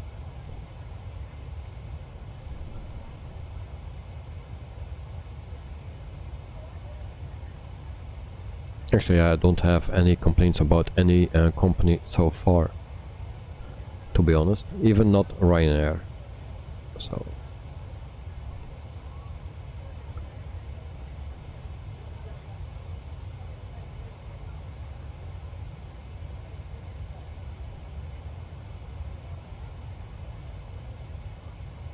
I think my nicest flight was with Emirates in business class, and that was my nicest flight actually. Very nice. Yep.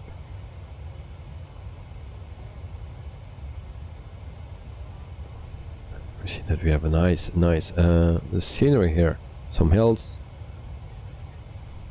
and we see there the caravan of the Tour de France as well. We see the riders here. No, just joking.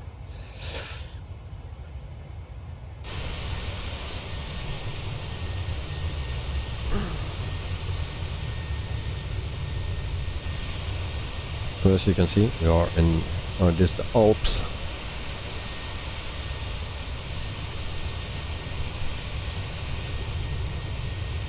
Or not? Oh, look. I don't know how you call it in English, the other ones. We said the Pyrenean or something. And then we check our program again, and then we see 170 nautical miles to go for our top of the descent. The plane will descend automatically It's not like the Airbus. I know that most people will know that, but sometimes there are new people and that still need to learn things. So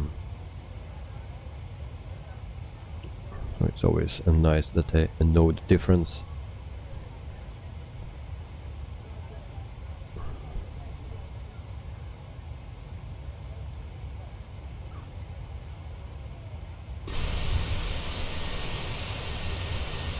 And I'm very curious about the landing, how it will work with changing the sensitivity of the yoke.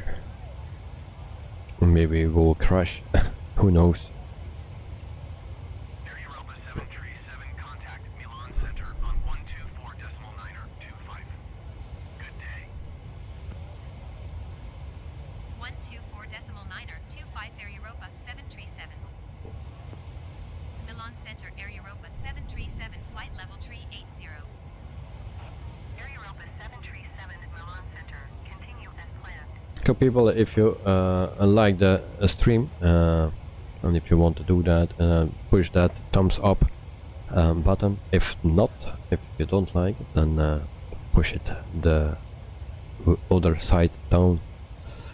Milan Center, Air Europa So 737. Request clearance to transition Charlie airspace. Air Europa 737, Milan Center. Cleared through the Charlie airspace. Cleared through Charlie airspace, Air Europa 737.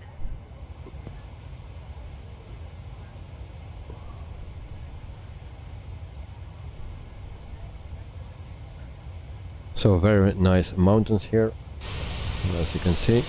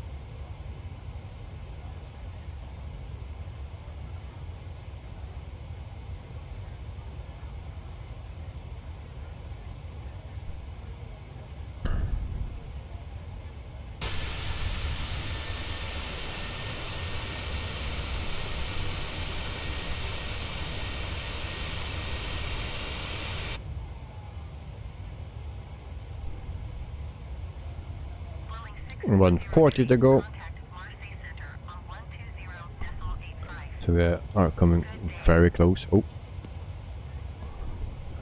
my bad.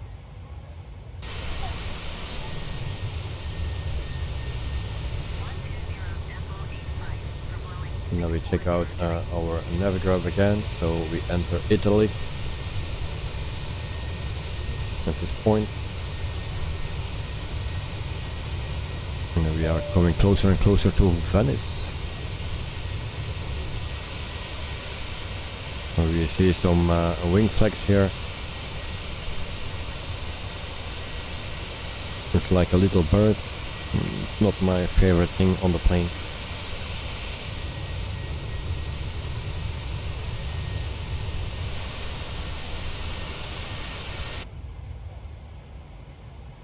But they are working on everything and make everything better in the future.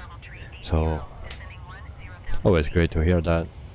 Magic Sun 6410 Milan Center. Continue as planned. And at least now we can already fly this bird. If you need to wait until it's a 100%, and that will be never, so then we can not fly it. but in the meantime, even if it's not 100% yet, we already can fly it. So that's a nice thing about it.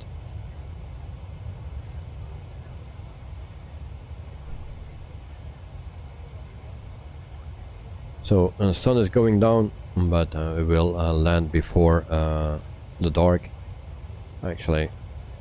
So maybe I needed to set it the time a bit later, because this is real weather but not real time. And I was counting a bit, but I think I counted an hour wrong or something, because we will not land in the dark.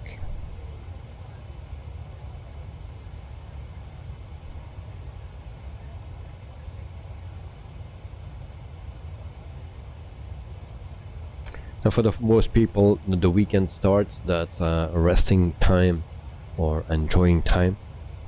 So always nice. For me, that's not the case. For me, it's working time. So that's why I don't stream in the weekends. So for me, it's working time.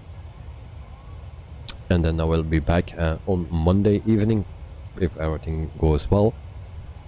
Then I'm back on Monday evening with another flight.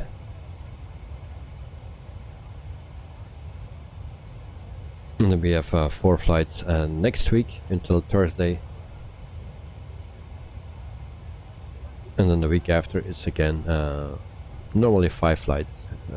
If not, yeah, we fly on a Friday as well then, but maybe we will skip some here and there some day, depending on the time, because there is also the holiday here in Belgium, and maybe I go somewhere, and if I'm not back on time, then yeah, I cannot stream, of course, so maybe we need to skip there one day.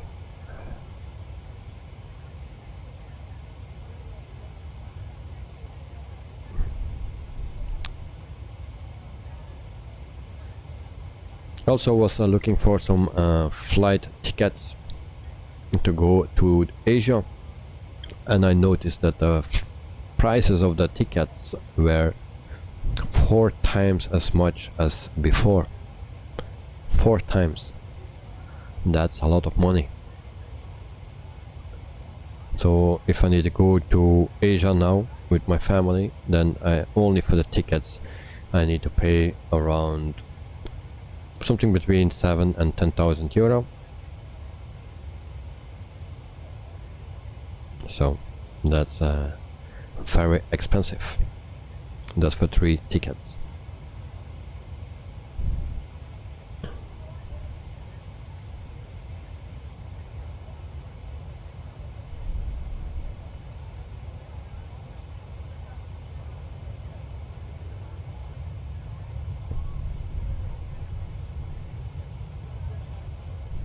Ryanair 4656, you are 82 miles southeast. Descend and maintain 13,000 feet. Expect ILS X-ray runway 36 approach. Via Tango Oscar Papa transition. Cleared to Tango Oscar Papa.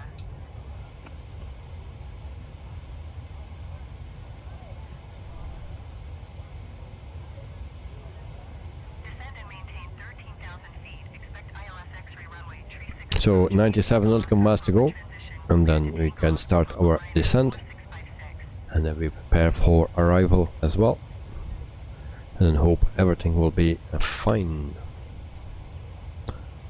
So expected flight time 2 hours and 11 minutes. I don't know how long we are flying now at this moment, because I don't want to touch this clock anymore, because earlier this week we had a little problem with that, and so that's why.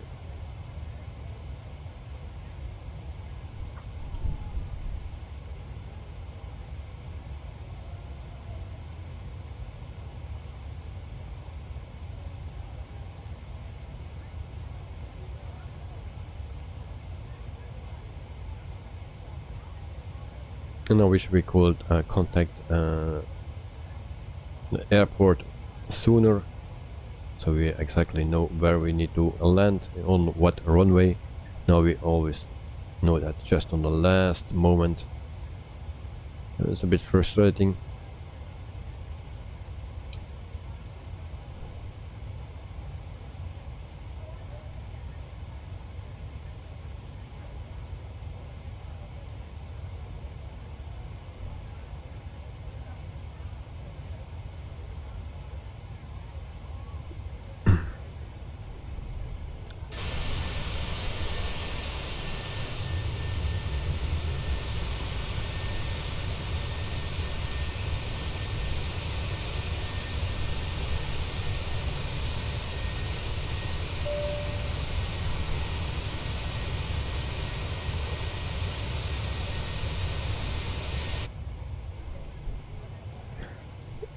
Just keep an eye on this. 81 nautical miles. Maybe need to put this a bit further so we see our flight plan. Flight plan looks good, very good.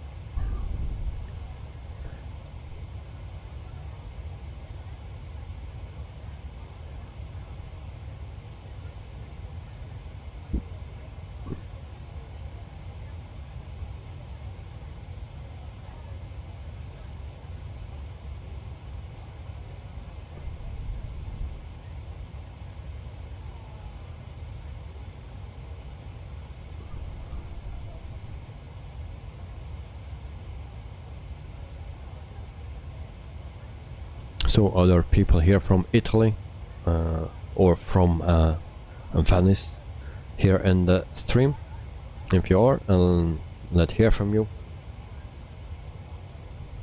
It would be nice to hear.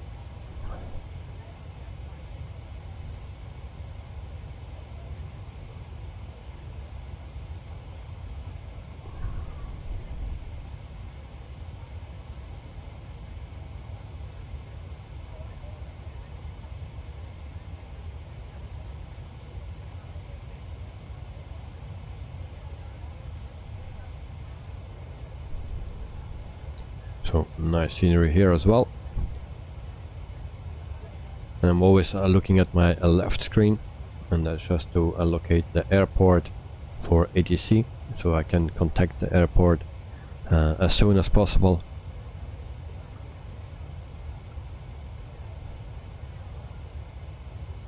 Because otherwise, if I need to check at the last moment, and mostly I find it only at the last moment when we are descending already a long time. So, and then mostly we need to change our landing runway. So I try to avoid that.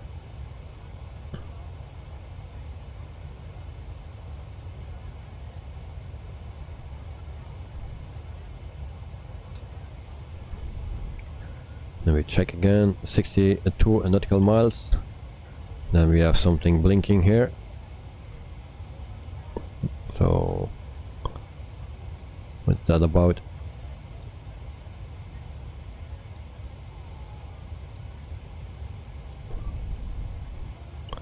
Very strange.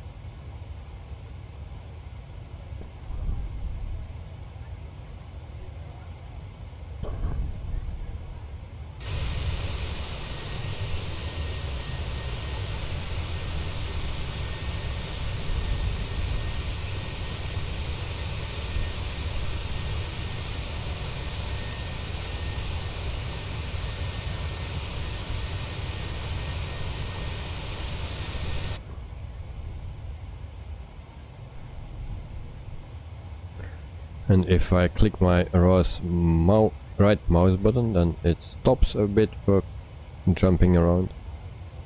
And then it starts again.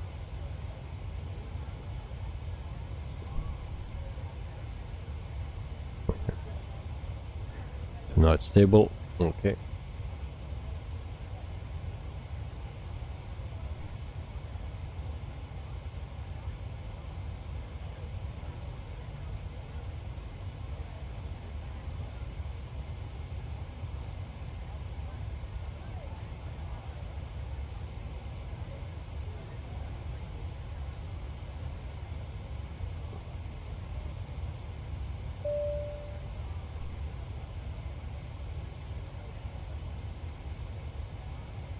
There are so many airports here around. It's almost impossible to find that already.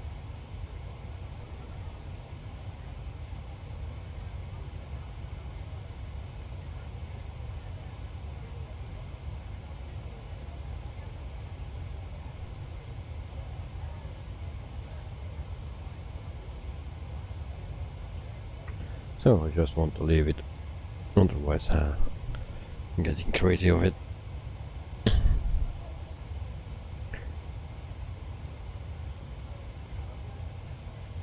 So again, Navigraph is here, and if you want I can zoom in so you can see better where we are.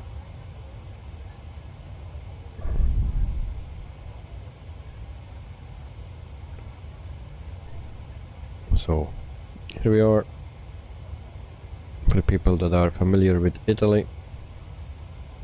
So,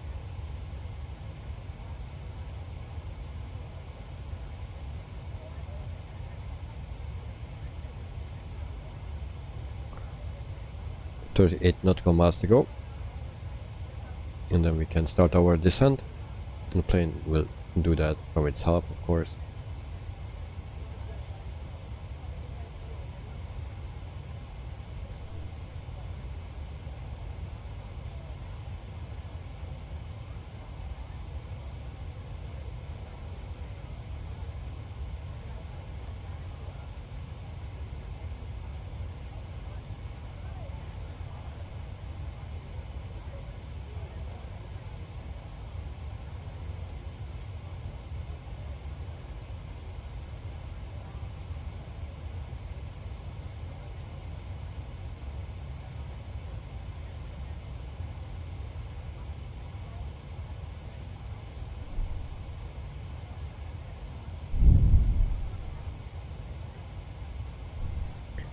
That's not what I needed. My excuse. Wrong button again.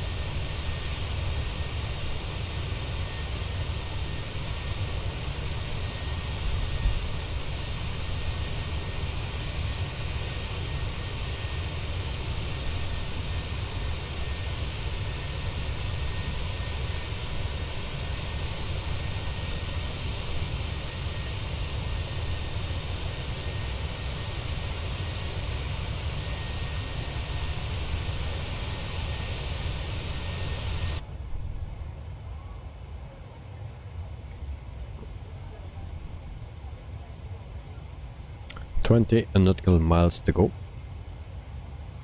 Let me zoom out a bit.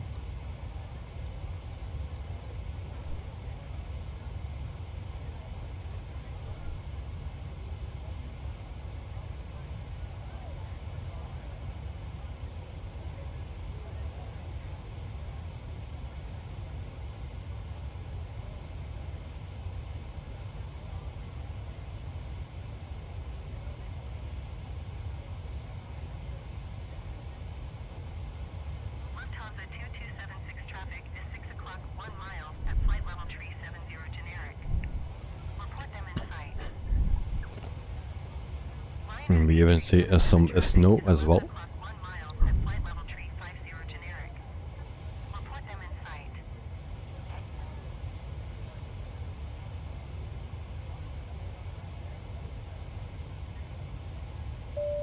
Lufthansa 2276 have the generic in sight.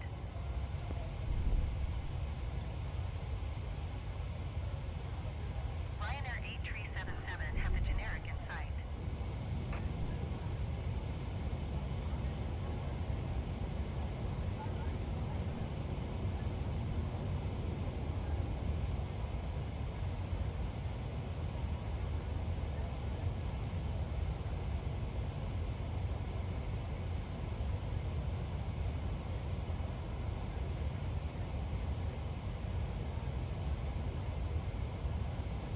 And I'm still looking for the airport as well. No success yet. If someone knows another way to do it, then let me know. But for now, I don't know any other way to do it, to contact the airport, than just by looking in the list. And it's always change, and it's hard to locate it.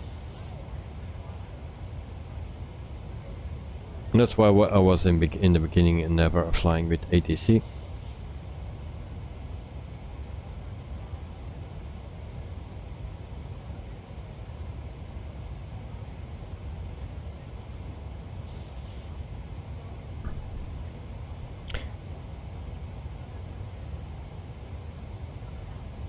And so we should start our descent. And there we go. We are descending.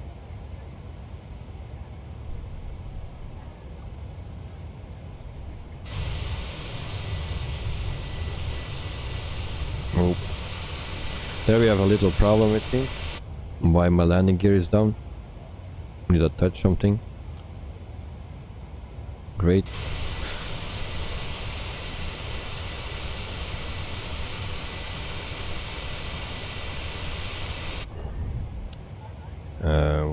Wait, we will.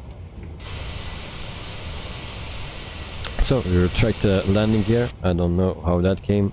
I missed that. Landing gear up again. Your subcompact available. Do you mind telling about your motoring career?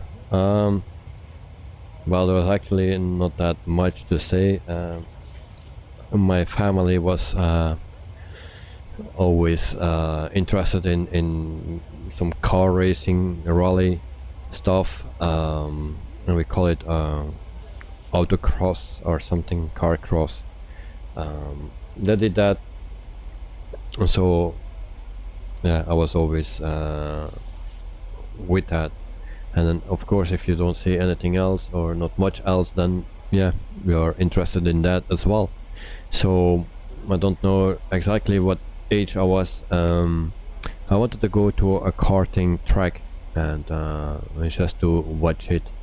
And of course, when you come there, you see all the karts and people racing, then you also want to do that, of course. So I bought my first kart there after a few weeks or something, and then I was driving in a kart. Actually, the very first time I was driving, it was actually raining very hard, and I didn't have rain tires and only slick tires, so dry weather tires. So yeah, I spun a lot, I crashed a lot that first time, but I learned a lot of that day actually. So, but then after I got older and yeah, I needed to for some reason I needed to stop actually driving karting when I was, I believe, just not 16 or something, and so I stopped 1 year. And then after, without that my parents were knowing that, in actually one uncle of me was helping me, and I started racing again with karts. But then you can come on an age that you need to do something else, and then I tried the big cars, but of course that cost a lot of money, so I was struggling all the time for money, for the sponsors, you know. And yeah, I did some races here and there, but not that much. I also did some testing for some teams, also for Subaru.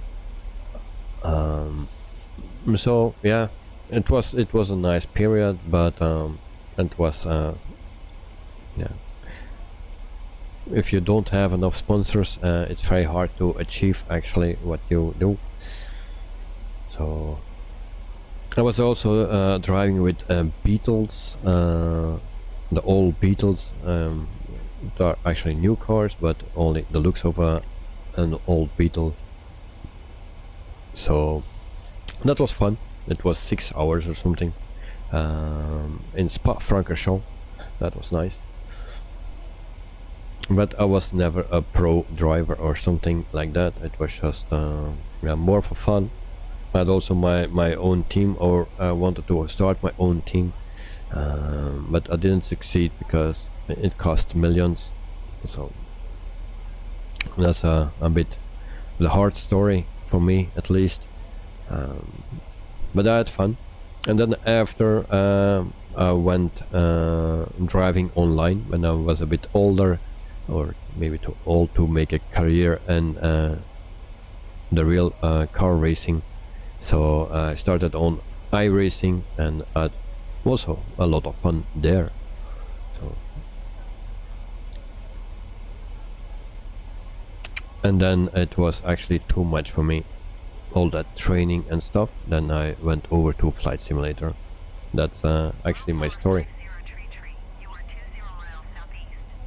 So in the meantime we are at 18,000 feet, or almost, and I still didn't locate the airport.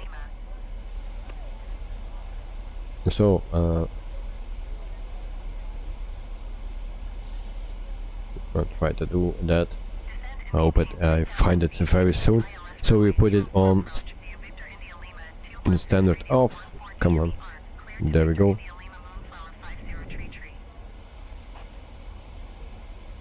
And the plane is not descending as quick as needed, so I need to use the speed brakes again.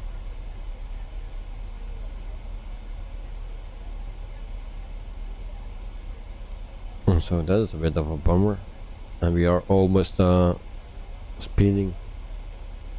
We're going to overspeed already the whole time. So is that with a new update or something? I'm not sure about that. I didn't think I had that before.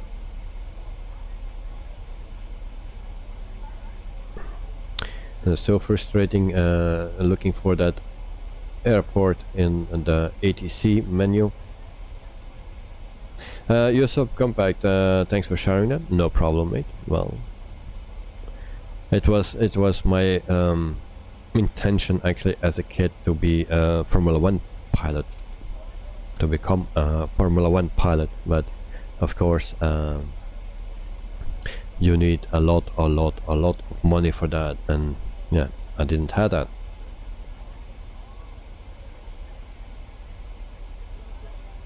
So your subcompact in an alternate universe somewhere with the walls is an F1 world champion. Well, who knows? Who knows? I wish. Well, I have other hobby now, and I also like it very much. So, and now at this age I'm too old to race actually. So, but in my younger years it was a bit hard to accept that I could not continue or not do what I wanted to reach actually in car racing. So that was very hard.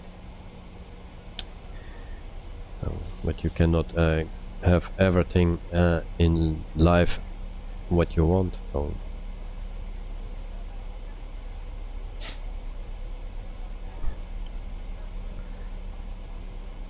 So now we are too low, speed brakes are off. I don't know why my landing gear was down. Señores pasajeros, en unos minutos aterrizaremos en el... Por favor, ponga el respaldo de sus asientos en posición vertical. Con el reposabrazos en posición horizontal, cierren sus mesas y comprueben que el parasol de su ventana está abierto. Le rogamos mantengan el modo avión de sus dispositivos activado. Si no pueden ser manejados con una mano, deberán estar apagados y alojados junto con su equipaje de mano. Recuerden que el equipaje de mano deberá ir colocado en los compartimentos superiores o debajo del asiento delantero. Es importante que dejen su equipaje de mano en caso de una evacuación. Antes del aterrizaje, revise la tarjeta de seguridad disponible en el bolsillo delante de sus asientos. Muchas gracias.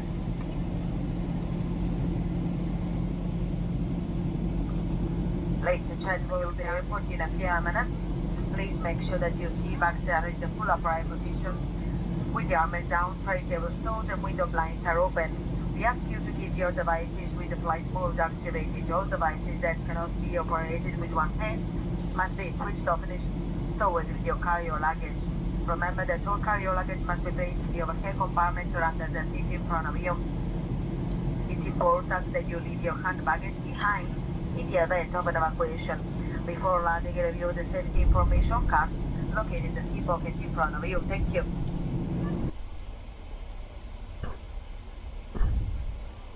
So we are almost there, and still looking for my runway. If I don't find, we just land without permission at my selected runway that I put in already in the FMC.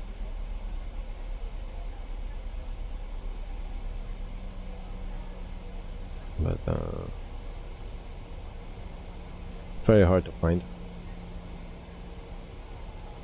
LIPZ, is that Teresa Airport, Madrid, Spain? LIPZ, that's Teresa, and okay, that's the wrong one, of course, and I lost it. Alright, okay.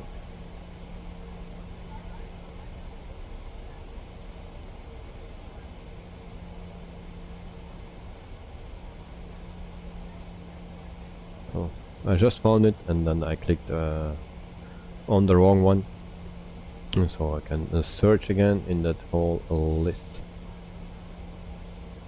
Teresa LIPZ. Okay, full stop landing. Venice Tower Air Europa 737 is 23 miles southwest, 8,900 feet with Quebec to land. Air Europa 737 Venice Tower. QNH Runway 4. Okay, so that's the other side. Make straight in runway 04 left. Make straight in runway 04 left, Air Europa 737.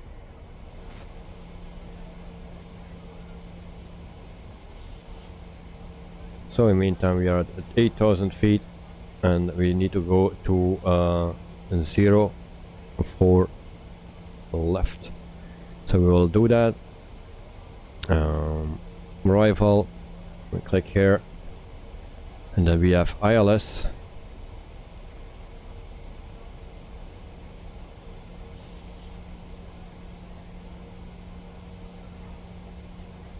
And do we have no ILS for 04 left? Are you kidding me?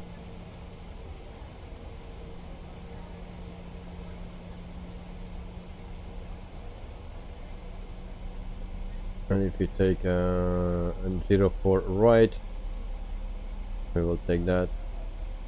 Venice Tower Air Europa Okay, can I change again? Runway 04 right. Air Europa 737 Venice Tower. QNH 29.90 wind 04 tree at 8. So ILS 04 right, we click that in. Fly straight in runway 04 right, Air Europa 737. And then we need to be quick now, because we are almost there. Alberta 2E, and that's this one that we need.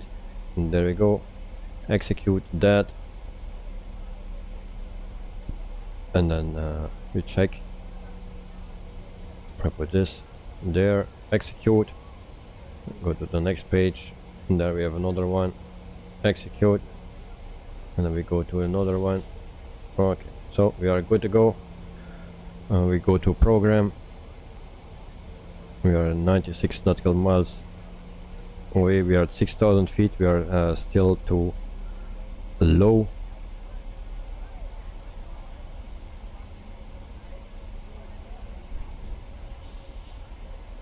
And I see some problems.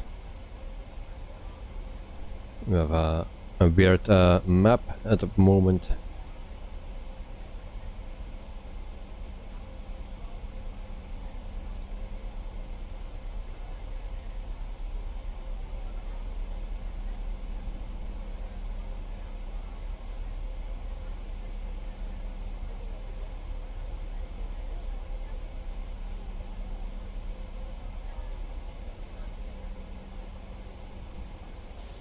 So actually I fucked up again.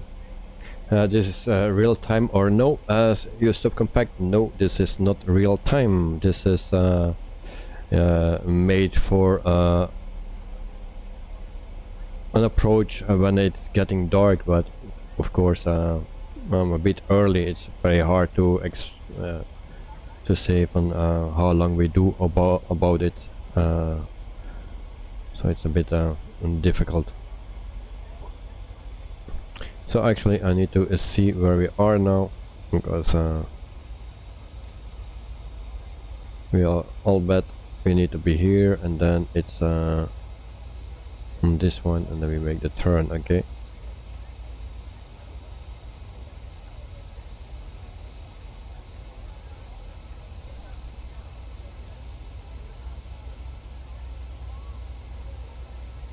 Your subcompact, do you ever do iRacing or race sims from time to time these days? No, not at all. I don't have any time anymore for that. And I sold all my gear. Just a steering wheel, an old steering wheel, the Trustmaster T500 I still have. But when you are used to something better, what I was using before, yeah, then you don't like that one anymore to race. You can still use that for a truck sim or yeah, some other simulation things, but really for racing, no. And I also need to have no place here, then I need to take my yoke and my throttle away and stuff like that, so I don't do that anymore. And it's also, you need to practice for it, and it's very hard to do at the moment. So, Lions, hello, welcome to the stream. Hope you are doing fine. So we making our approach. It will take a little bit longer as what I was expecting. So yeah.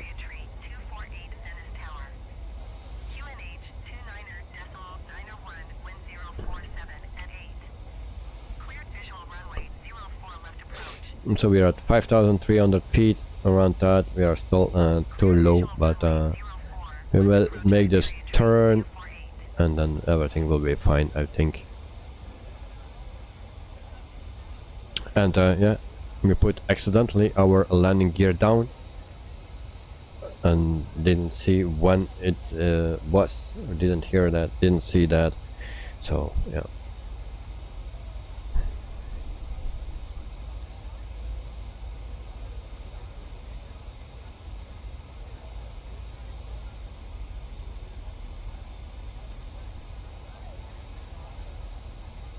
So we make a turn again.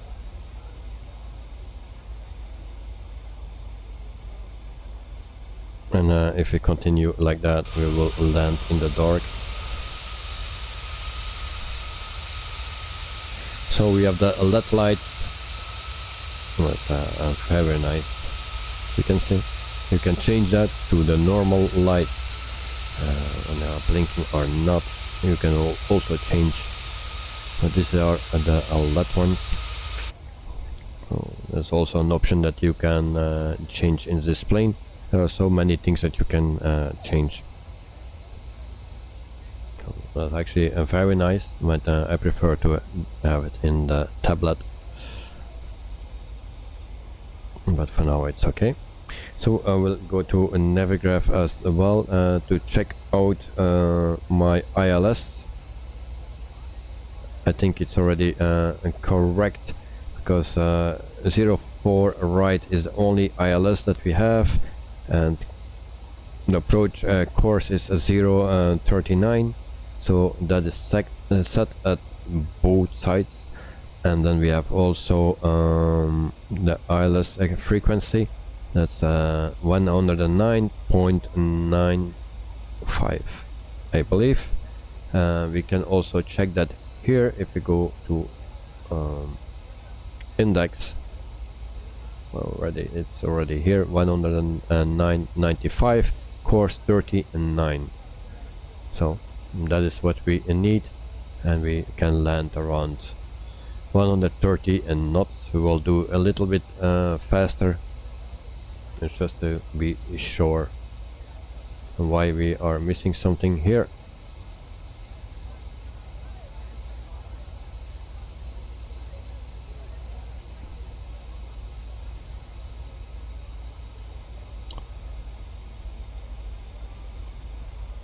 So it's a bit weird that we are missing something. So actually we can go direct to 760 then. I think we need to do that.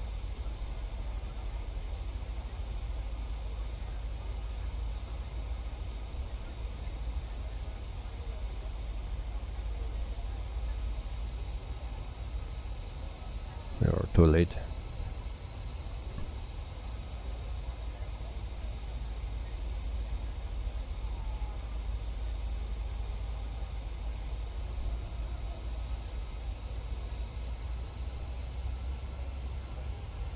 Now we make our left turn and then we will be fine.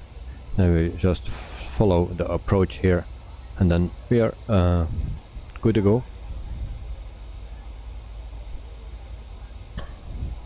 So I can show you a navigraph and then you can see the chart here as well. That's what we need to do. There we go.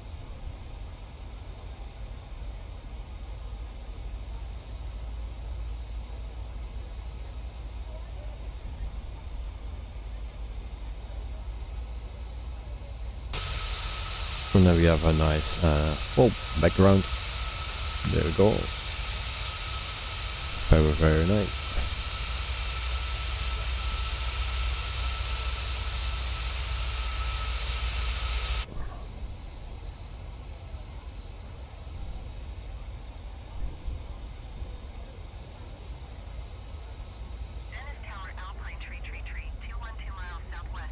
And then we can go to our ILS frequency, go to both sides. Our course is put in already.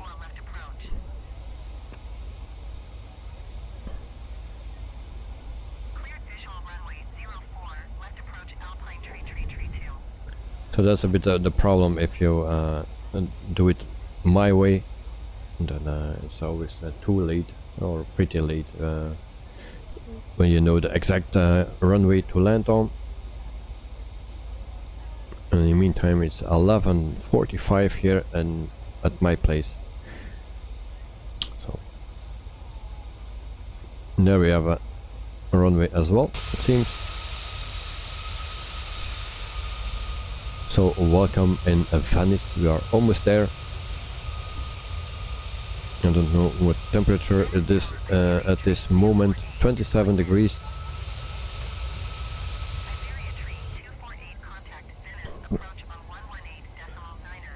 In Madrid in Spain it was 39 degrees Celsius, so very, very, very hot.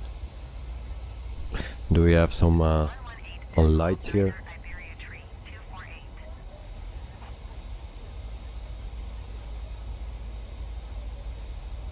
Alright, no, nothing else than that. I don't use the lights very often, so I always need to look for it where it is. Still can turn this on as well.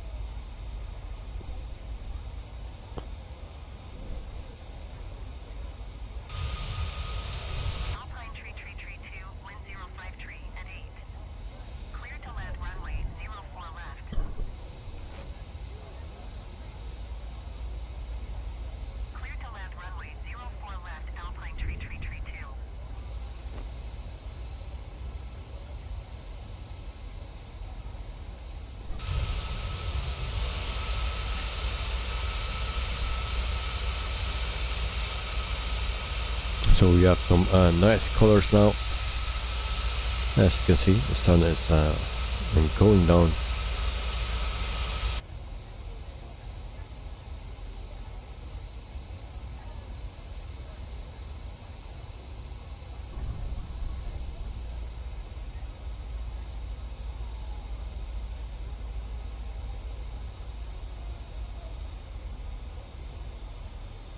We use all the lights that I can find, so we see something. I was not thinking that I would need it.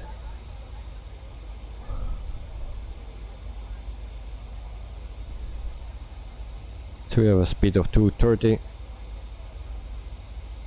We will reduce our speed already.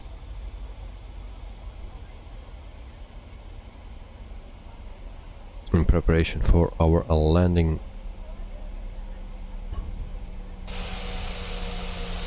So in this plane, it seems if you lower the landing gear on cruising altitude, then you don't do really much. If you do that in the 146 room just flight, then you have a big problem, because it will not hold the speed, and it almost forces you to make an emergency landing, because we had that, because I pushed the click spot for the emergency landing accidentally, so that fucked up my stream. I was just halfway my stream, needed to make an emergency landing. We could not solve the problem once you lower the emergency landing gear, then you cannot put it up anymore. Even if you land and restart everything, the whole plane, it's not coming up anymore. So we tried that, it was not working. So that was a bit of a bummer, but hey, it was another experience.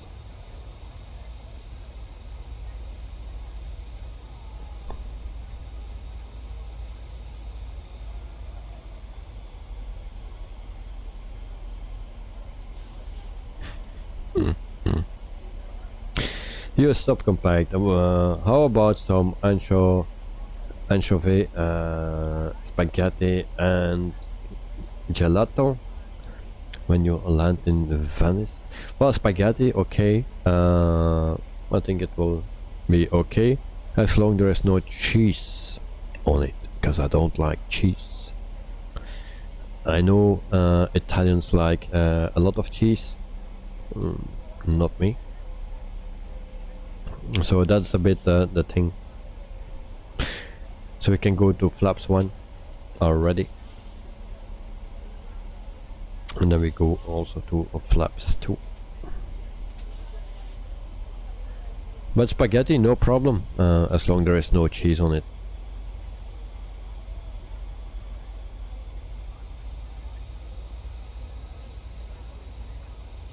So we go to 160.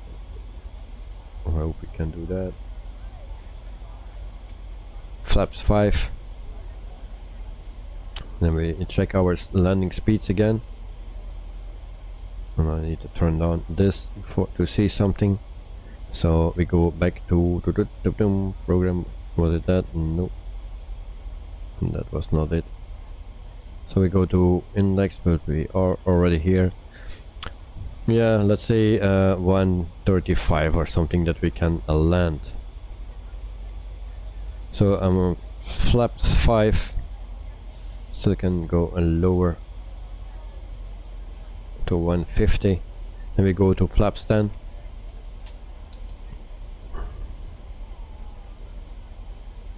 Then we can try already for our lock. We try that, and then we make the last turn. And do we see the runway? Not yet. So for the people that want to put in the landing rating, go ahead, and don't be positive, too positive.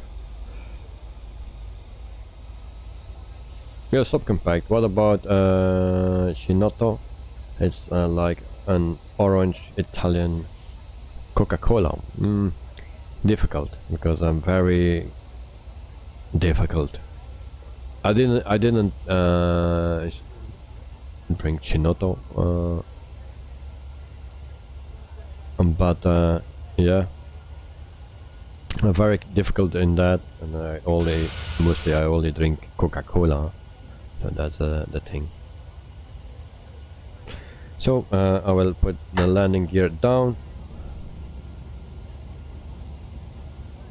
and then we go to approach. Can we do that?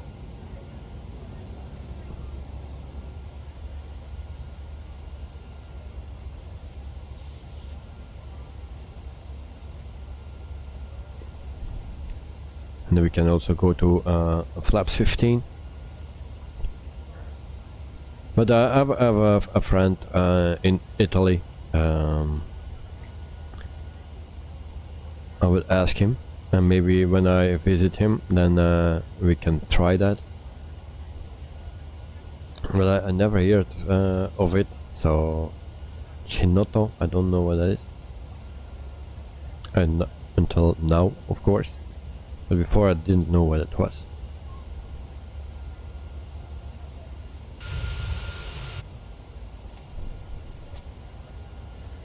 So flaps 25, and we slow down to 114 knots, and that will be our end. We will land at the 140, but actually I didn't see the runway yet. Still too high, too far away. Alba Pino 65, Hotel Echo Lima Lima Oscar from France, cheese and wine like usual with peanuts. So Alba Pino, welcome back to the stream and to the chat. Hope you are doing fine, and I hope it's not too warm at your place. I believe next week it will be awful for you, also for me, because they give something between 35 and 40 degrees here in Belgium as well. So you are in the south of France, you will suffer there. Abapino, you just arrived from work, very hot today here in France. How you doing, pilots? Well, I'm doing fine, thanks for asking. And you also say, hope everyone is okay, everything is okay for you all. Very nice to hear, mate. Everything is fine for me. We will see what it gives next week. We know that it is in Spain where we left today in Madrid. It was 39 degrees here in Venice, France, where we will land very soon. It is 27 degrees. It's more acceptable, but 39 is crazy, at least for us Europeans. So in the meantime, there is a mosquito biting me. Thank you very much, mosquito, from where you come. Damn. So Bapino, I hope you're doing fine, mate, and that you will enjoy your weekend as well. We are almost done here, so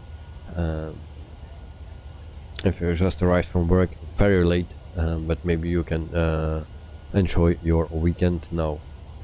So we see the runway there. It's a 04 right that we need to land. There's only one with ILS. So Albapino, good. I see that you fly my favorite plane. It's there, a new update. Well, I think it was from the beginning of the week or something that there was a new update. Visual, not much. Maybe the cabin is nicer, I think. Other than that, there are just bug fixes and stuff. Nothing more than that, I believe.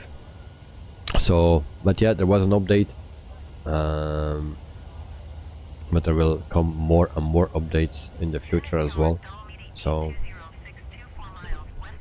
we need to put our auto brakes. So, and then we are almost there, so we can prepare for a landing.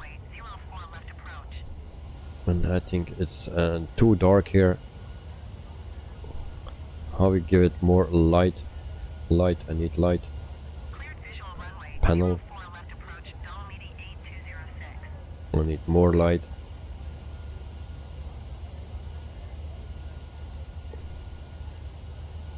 Well, no light then. Okay. So what we also try to do is use this see what that gives. We have it installed, so we can try it out. And actually I needed the plane was needed to go down already, so there we go.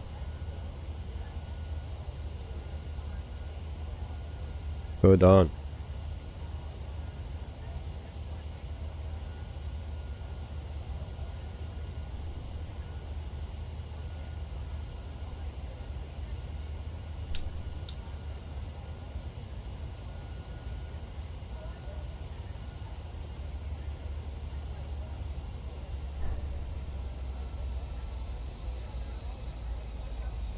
So it's a bit late, I think. I hope we can still catch it, but yeah, I did something wrong again.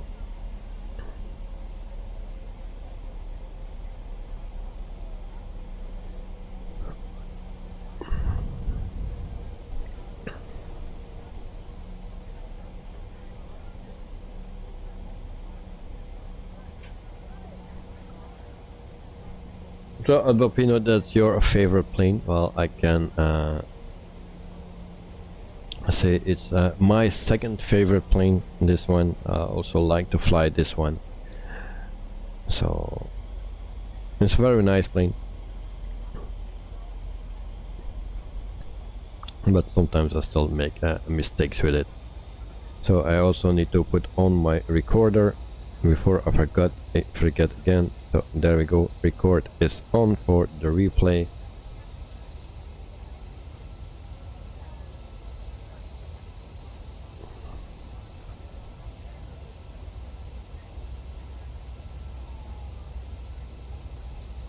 And so this information, I don't know if I have something about it.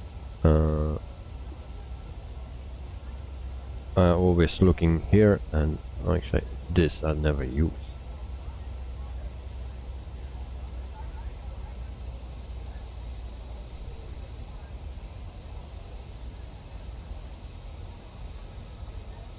So for the people that want to put in a landing rating, well, go ahead, don't be too positive, because the sensitivity of my yoke I adjusted. It's more sensitive than before, so I will just try that.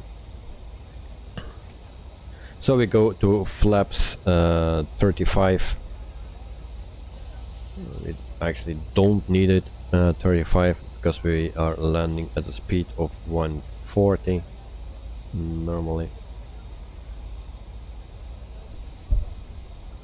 And why that is off?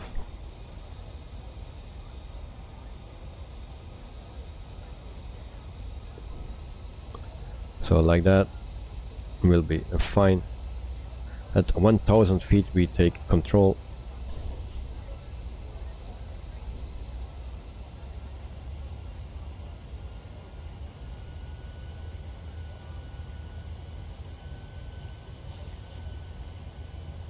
Come on.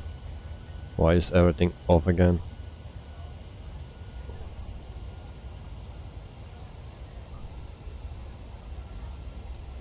So, ready for impact. It will be a hard one today, I believe. And we see another plane there in front of us. We see some light.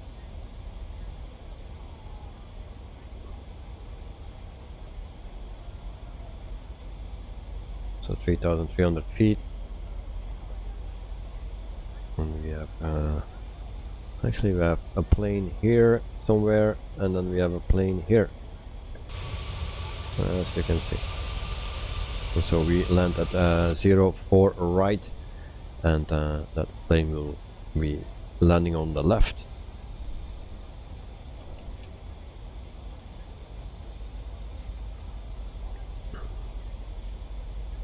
So for the people that like the content here, please give it a thumbs up or a thumbs down, depending if you like it or not. And if you are interested, you can always subscribe and push that bell, then you will get the notification when we go live again. So next week, US flight from Denver. That's the place where we depart. and we do that in the Phoenix A320, and we call it the Lennox flight. I will tell you why I call it the Lennox flight when we do it. I will tell that on Monday. So actually with this thing in front of my nose I don't see anything of the runway. Okay, there we have the runway.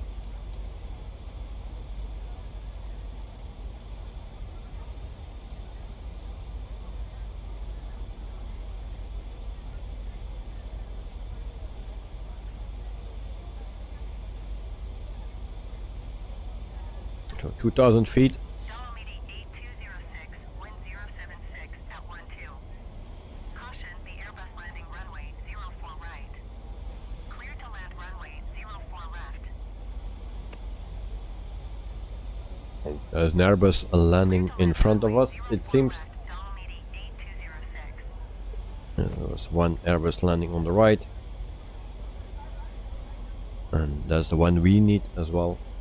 So I hope it's gone before we need to land. Area Europa 737, follow the aircraft on final. Wind 076 at 12.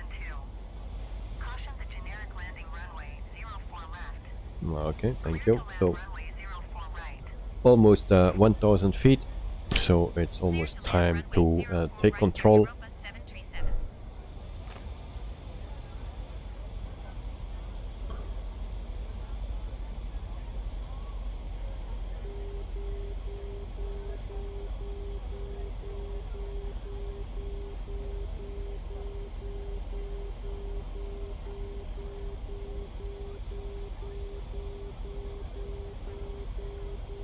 So people, make you ready for impact, and it will be a heavy one.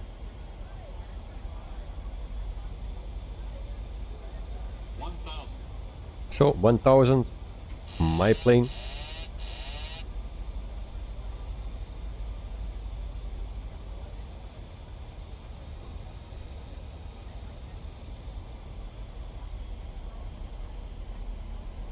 Looks like it's very sensitive.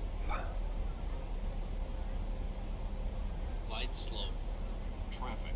Traffic. Glide slow. Glide slow. Yes, yes, yes, yes. Glide slow, glide slow. Glide slow.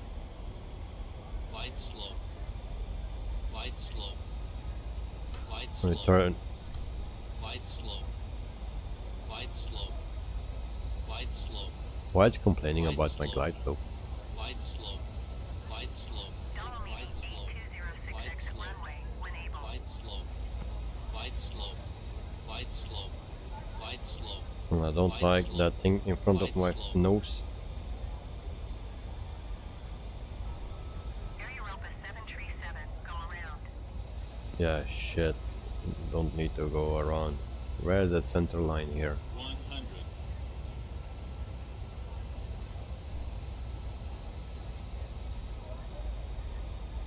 50. 40. 30. 20. Area Europa 737, did you hear my last transmission? No, I didn't hear that.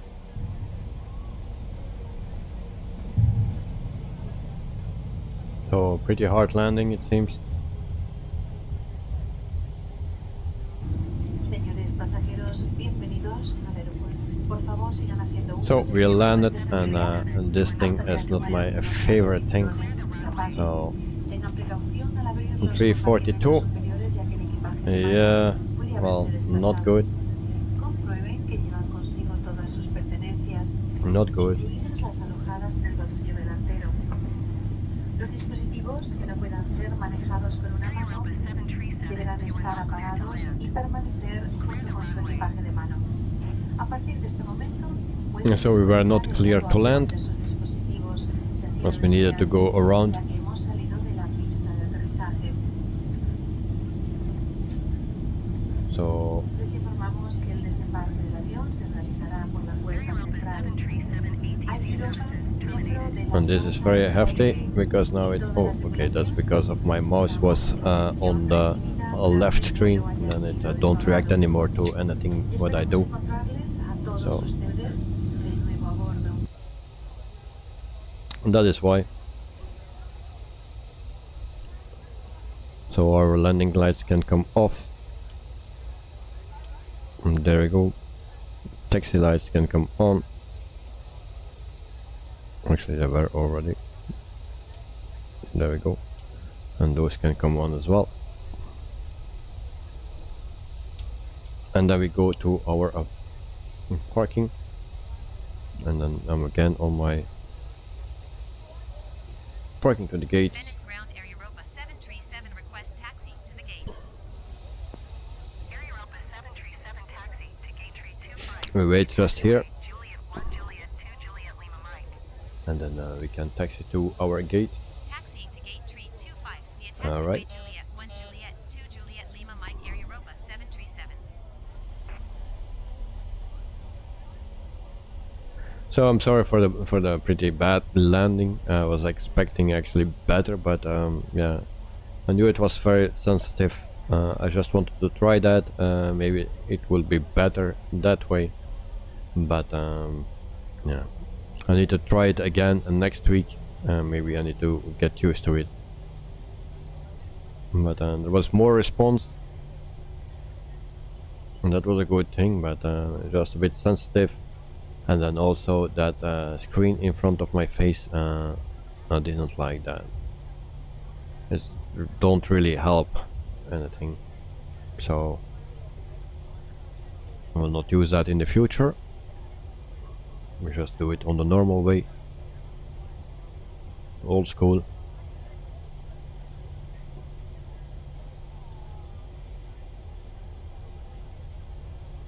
In the meantime, it's almost dark. So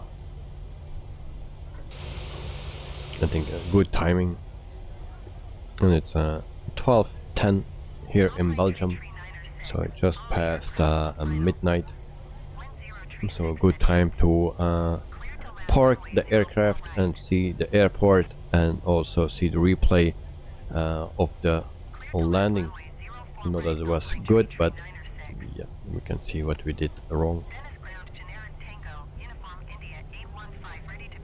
So yesterday the landing with the Phoenix was much better. Normally the Phoenix is mostly my worst landing, and the Boeing is normally pretty good, mostly, but today it's different.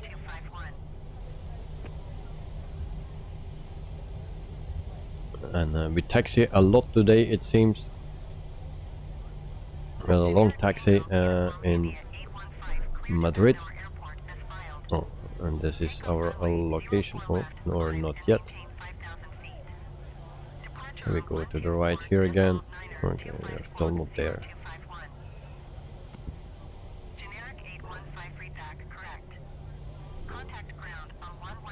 So we need to park here on the left. I'll do that. And then we can do a tour of the airport as well. So we have that there, someone with salami, 2 salamis. Okay, there we go. It was a quick taxi. And so there we go, parking brake set, and then already the connection of the jetway immediately. My engines are not stopped yet, and they are already connected with the jetway. Also I needed to do something. Okay, the loop air tool, I needed to deplane, and then we go checking out the airport. This is Venice. It's yeah, standard airport that comes with the simulator here. We do just a quick check around so you can see how it looks. So 2 runways. So this is a Venice in Italy. I don't know if there is a payware or freeware for it. I believe there will be a payware for it for Venice, because it's I think a lot of people will fly here too.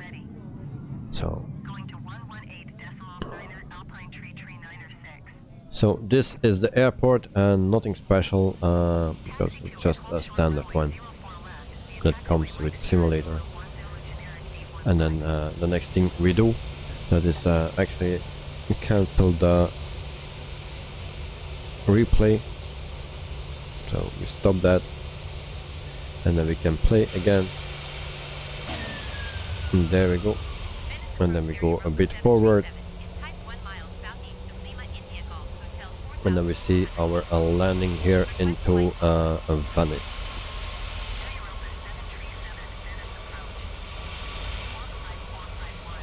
Actually a very nice scenery here.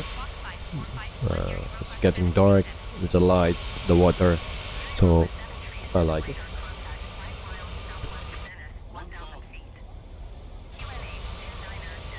Albapino, alright pilots, I'm out. Have a nice weekend, guys. Bye bye. Albapino, thanks for joining. Have a wonderful weekend, mate. Enjoy that weekend. Rest, and I hope you will. It will not be too hot, but I think after the weekend it will be very hot. So at least for here in Belgium. So I hope you have a wonderful weekend, and hope to see you very soon again. So happy weekend, mate. Albapino, thank you, sir. No problem. You too.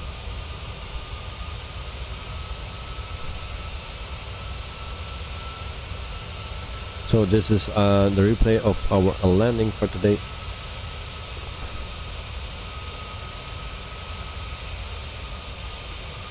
And I'm getting attacked by mosquitoes, it seems. Don't know from where they come.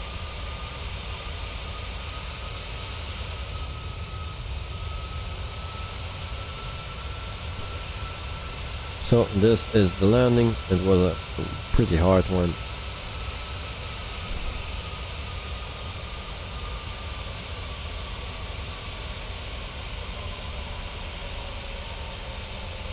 And that was also not so nice. And there we go. So this was the landing. Now we do it one more time, and we can also feel it from the inside. And this is our lights in the cabin, as you can see. So this is the landing from the inside, and then you can perfectly feel how it feels with a landing with me as a pilot. I didn't check the wind, but I don't think that has any impact on it. Roger, Air Europa 737.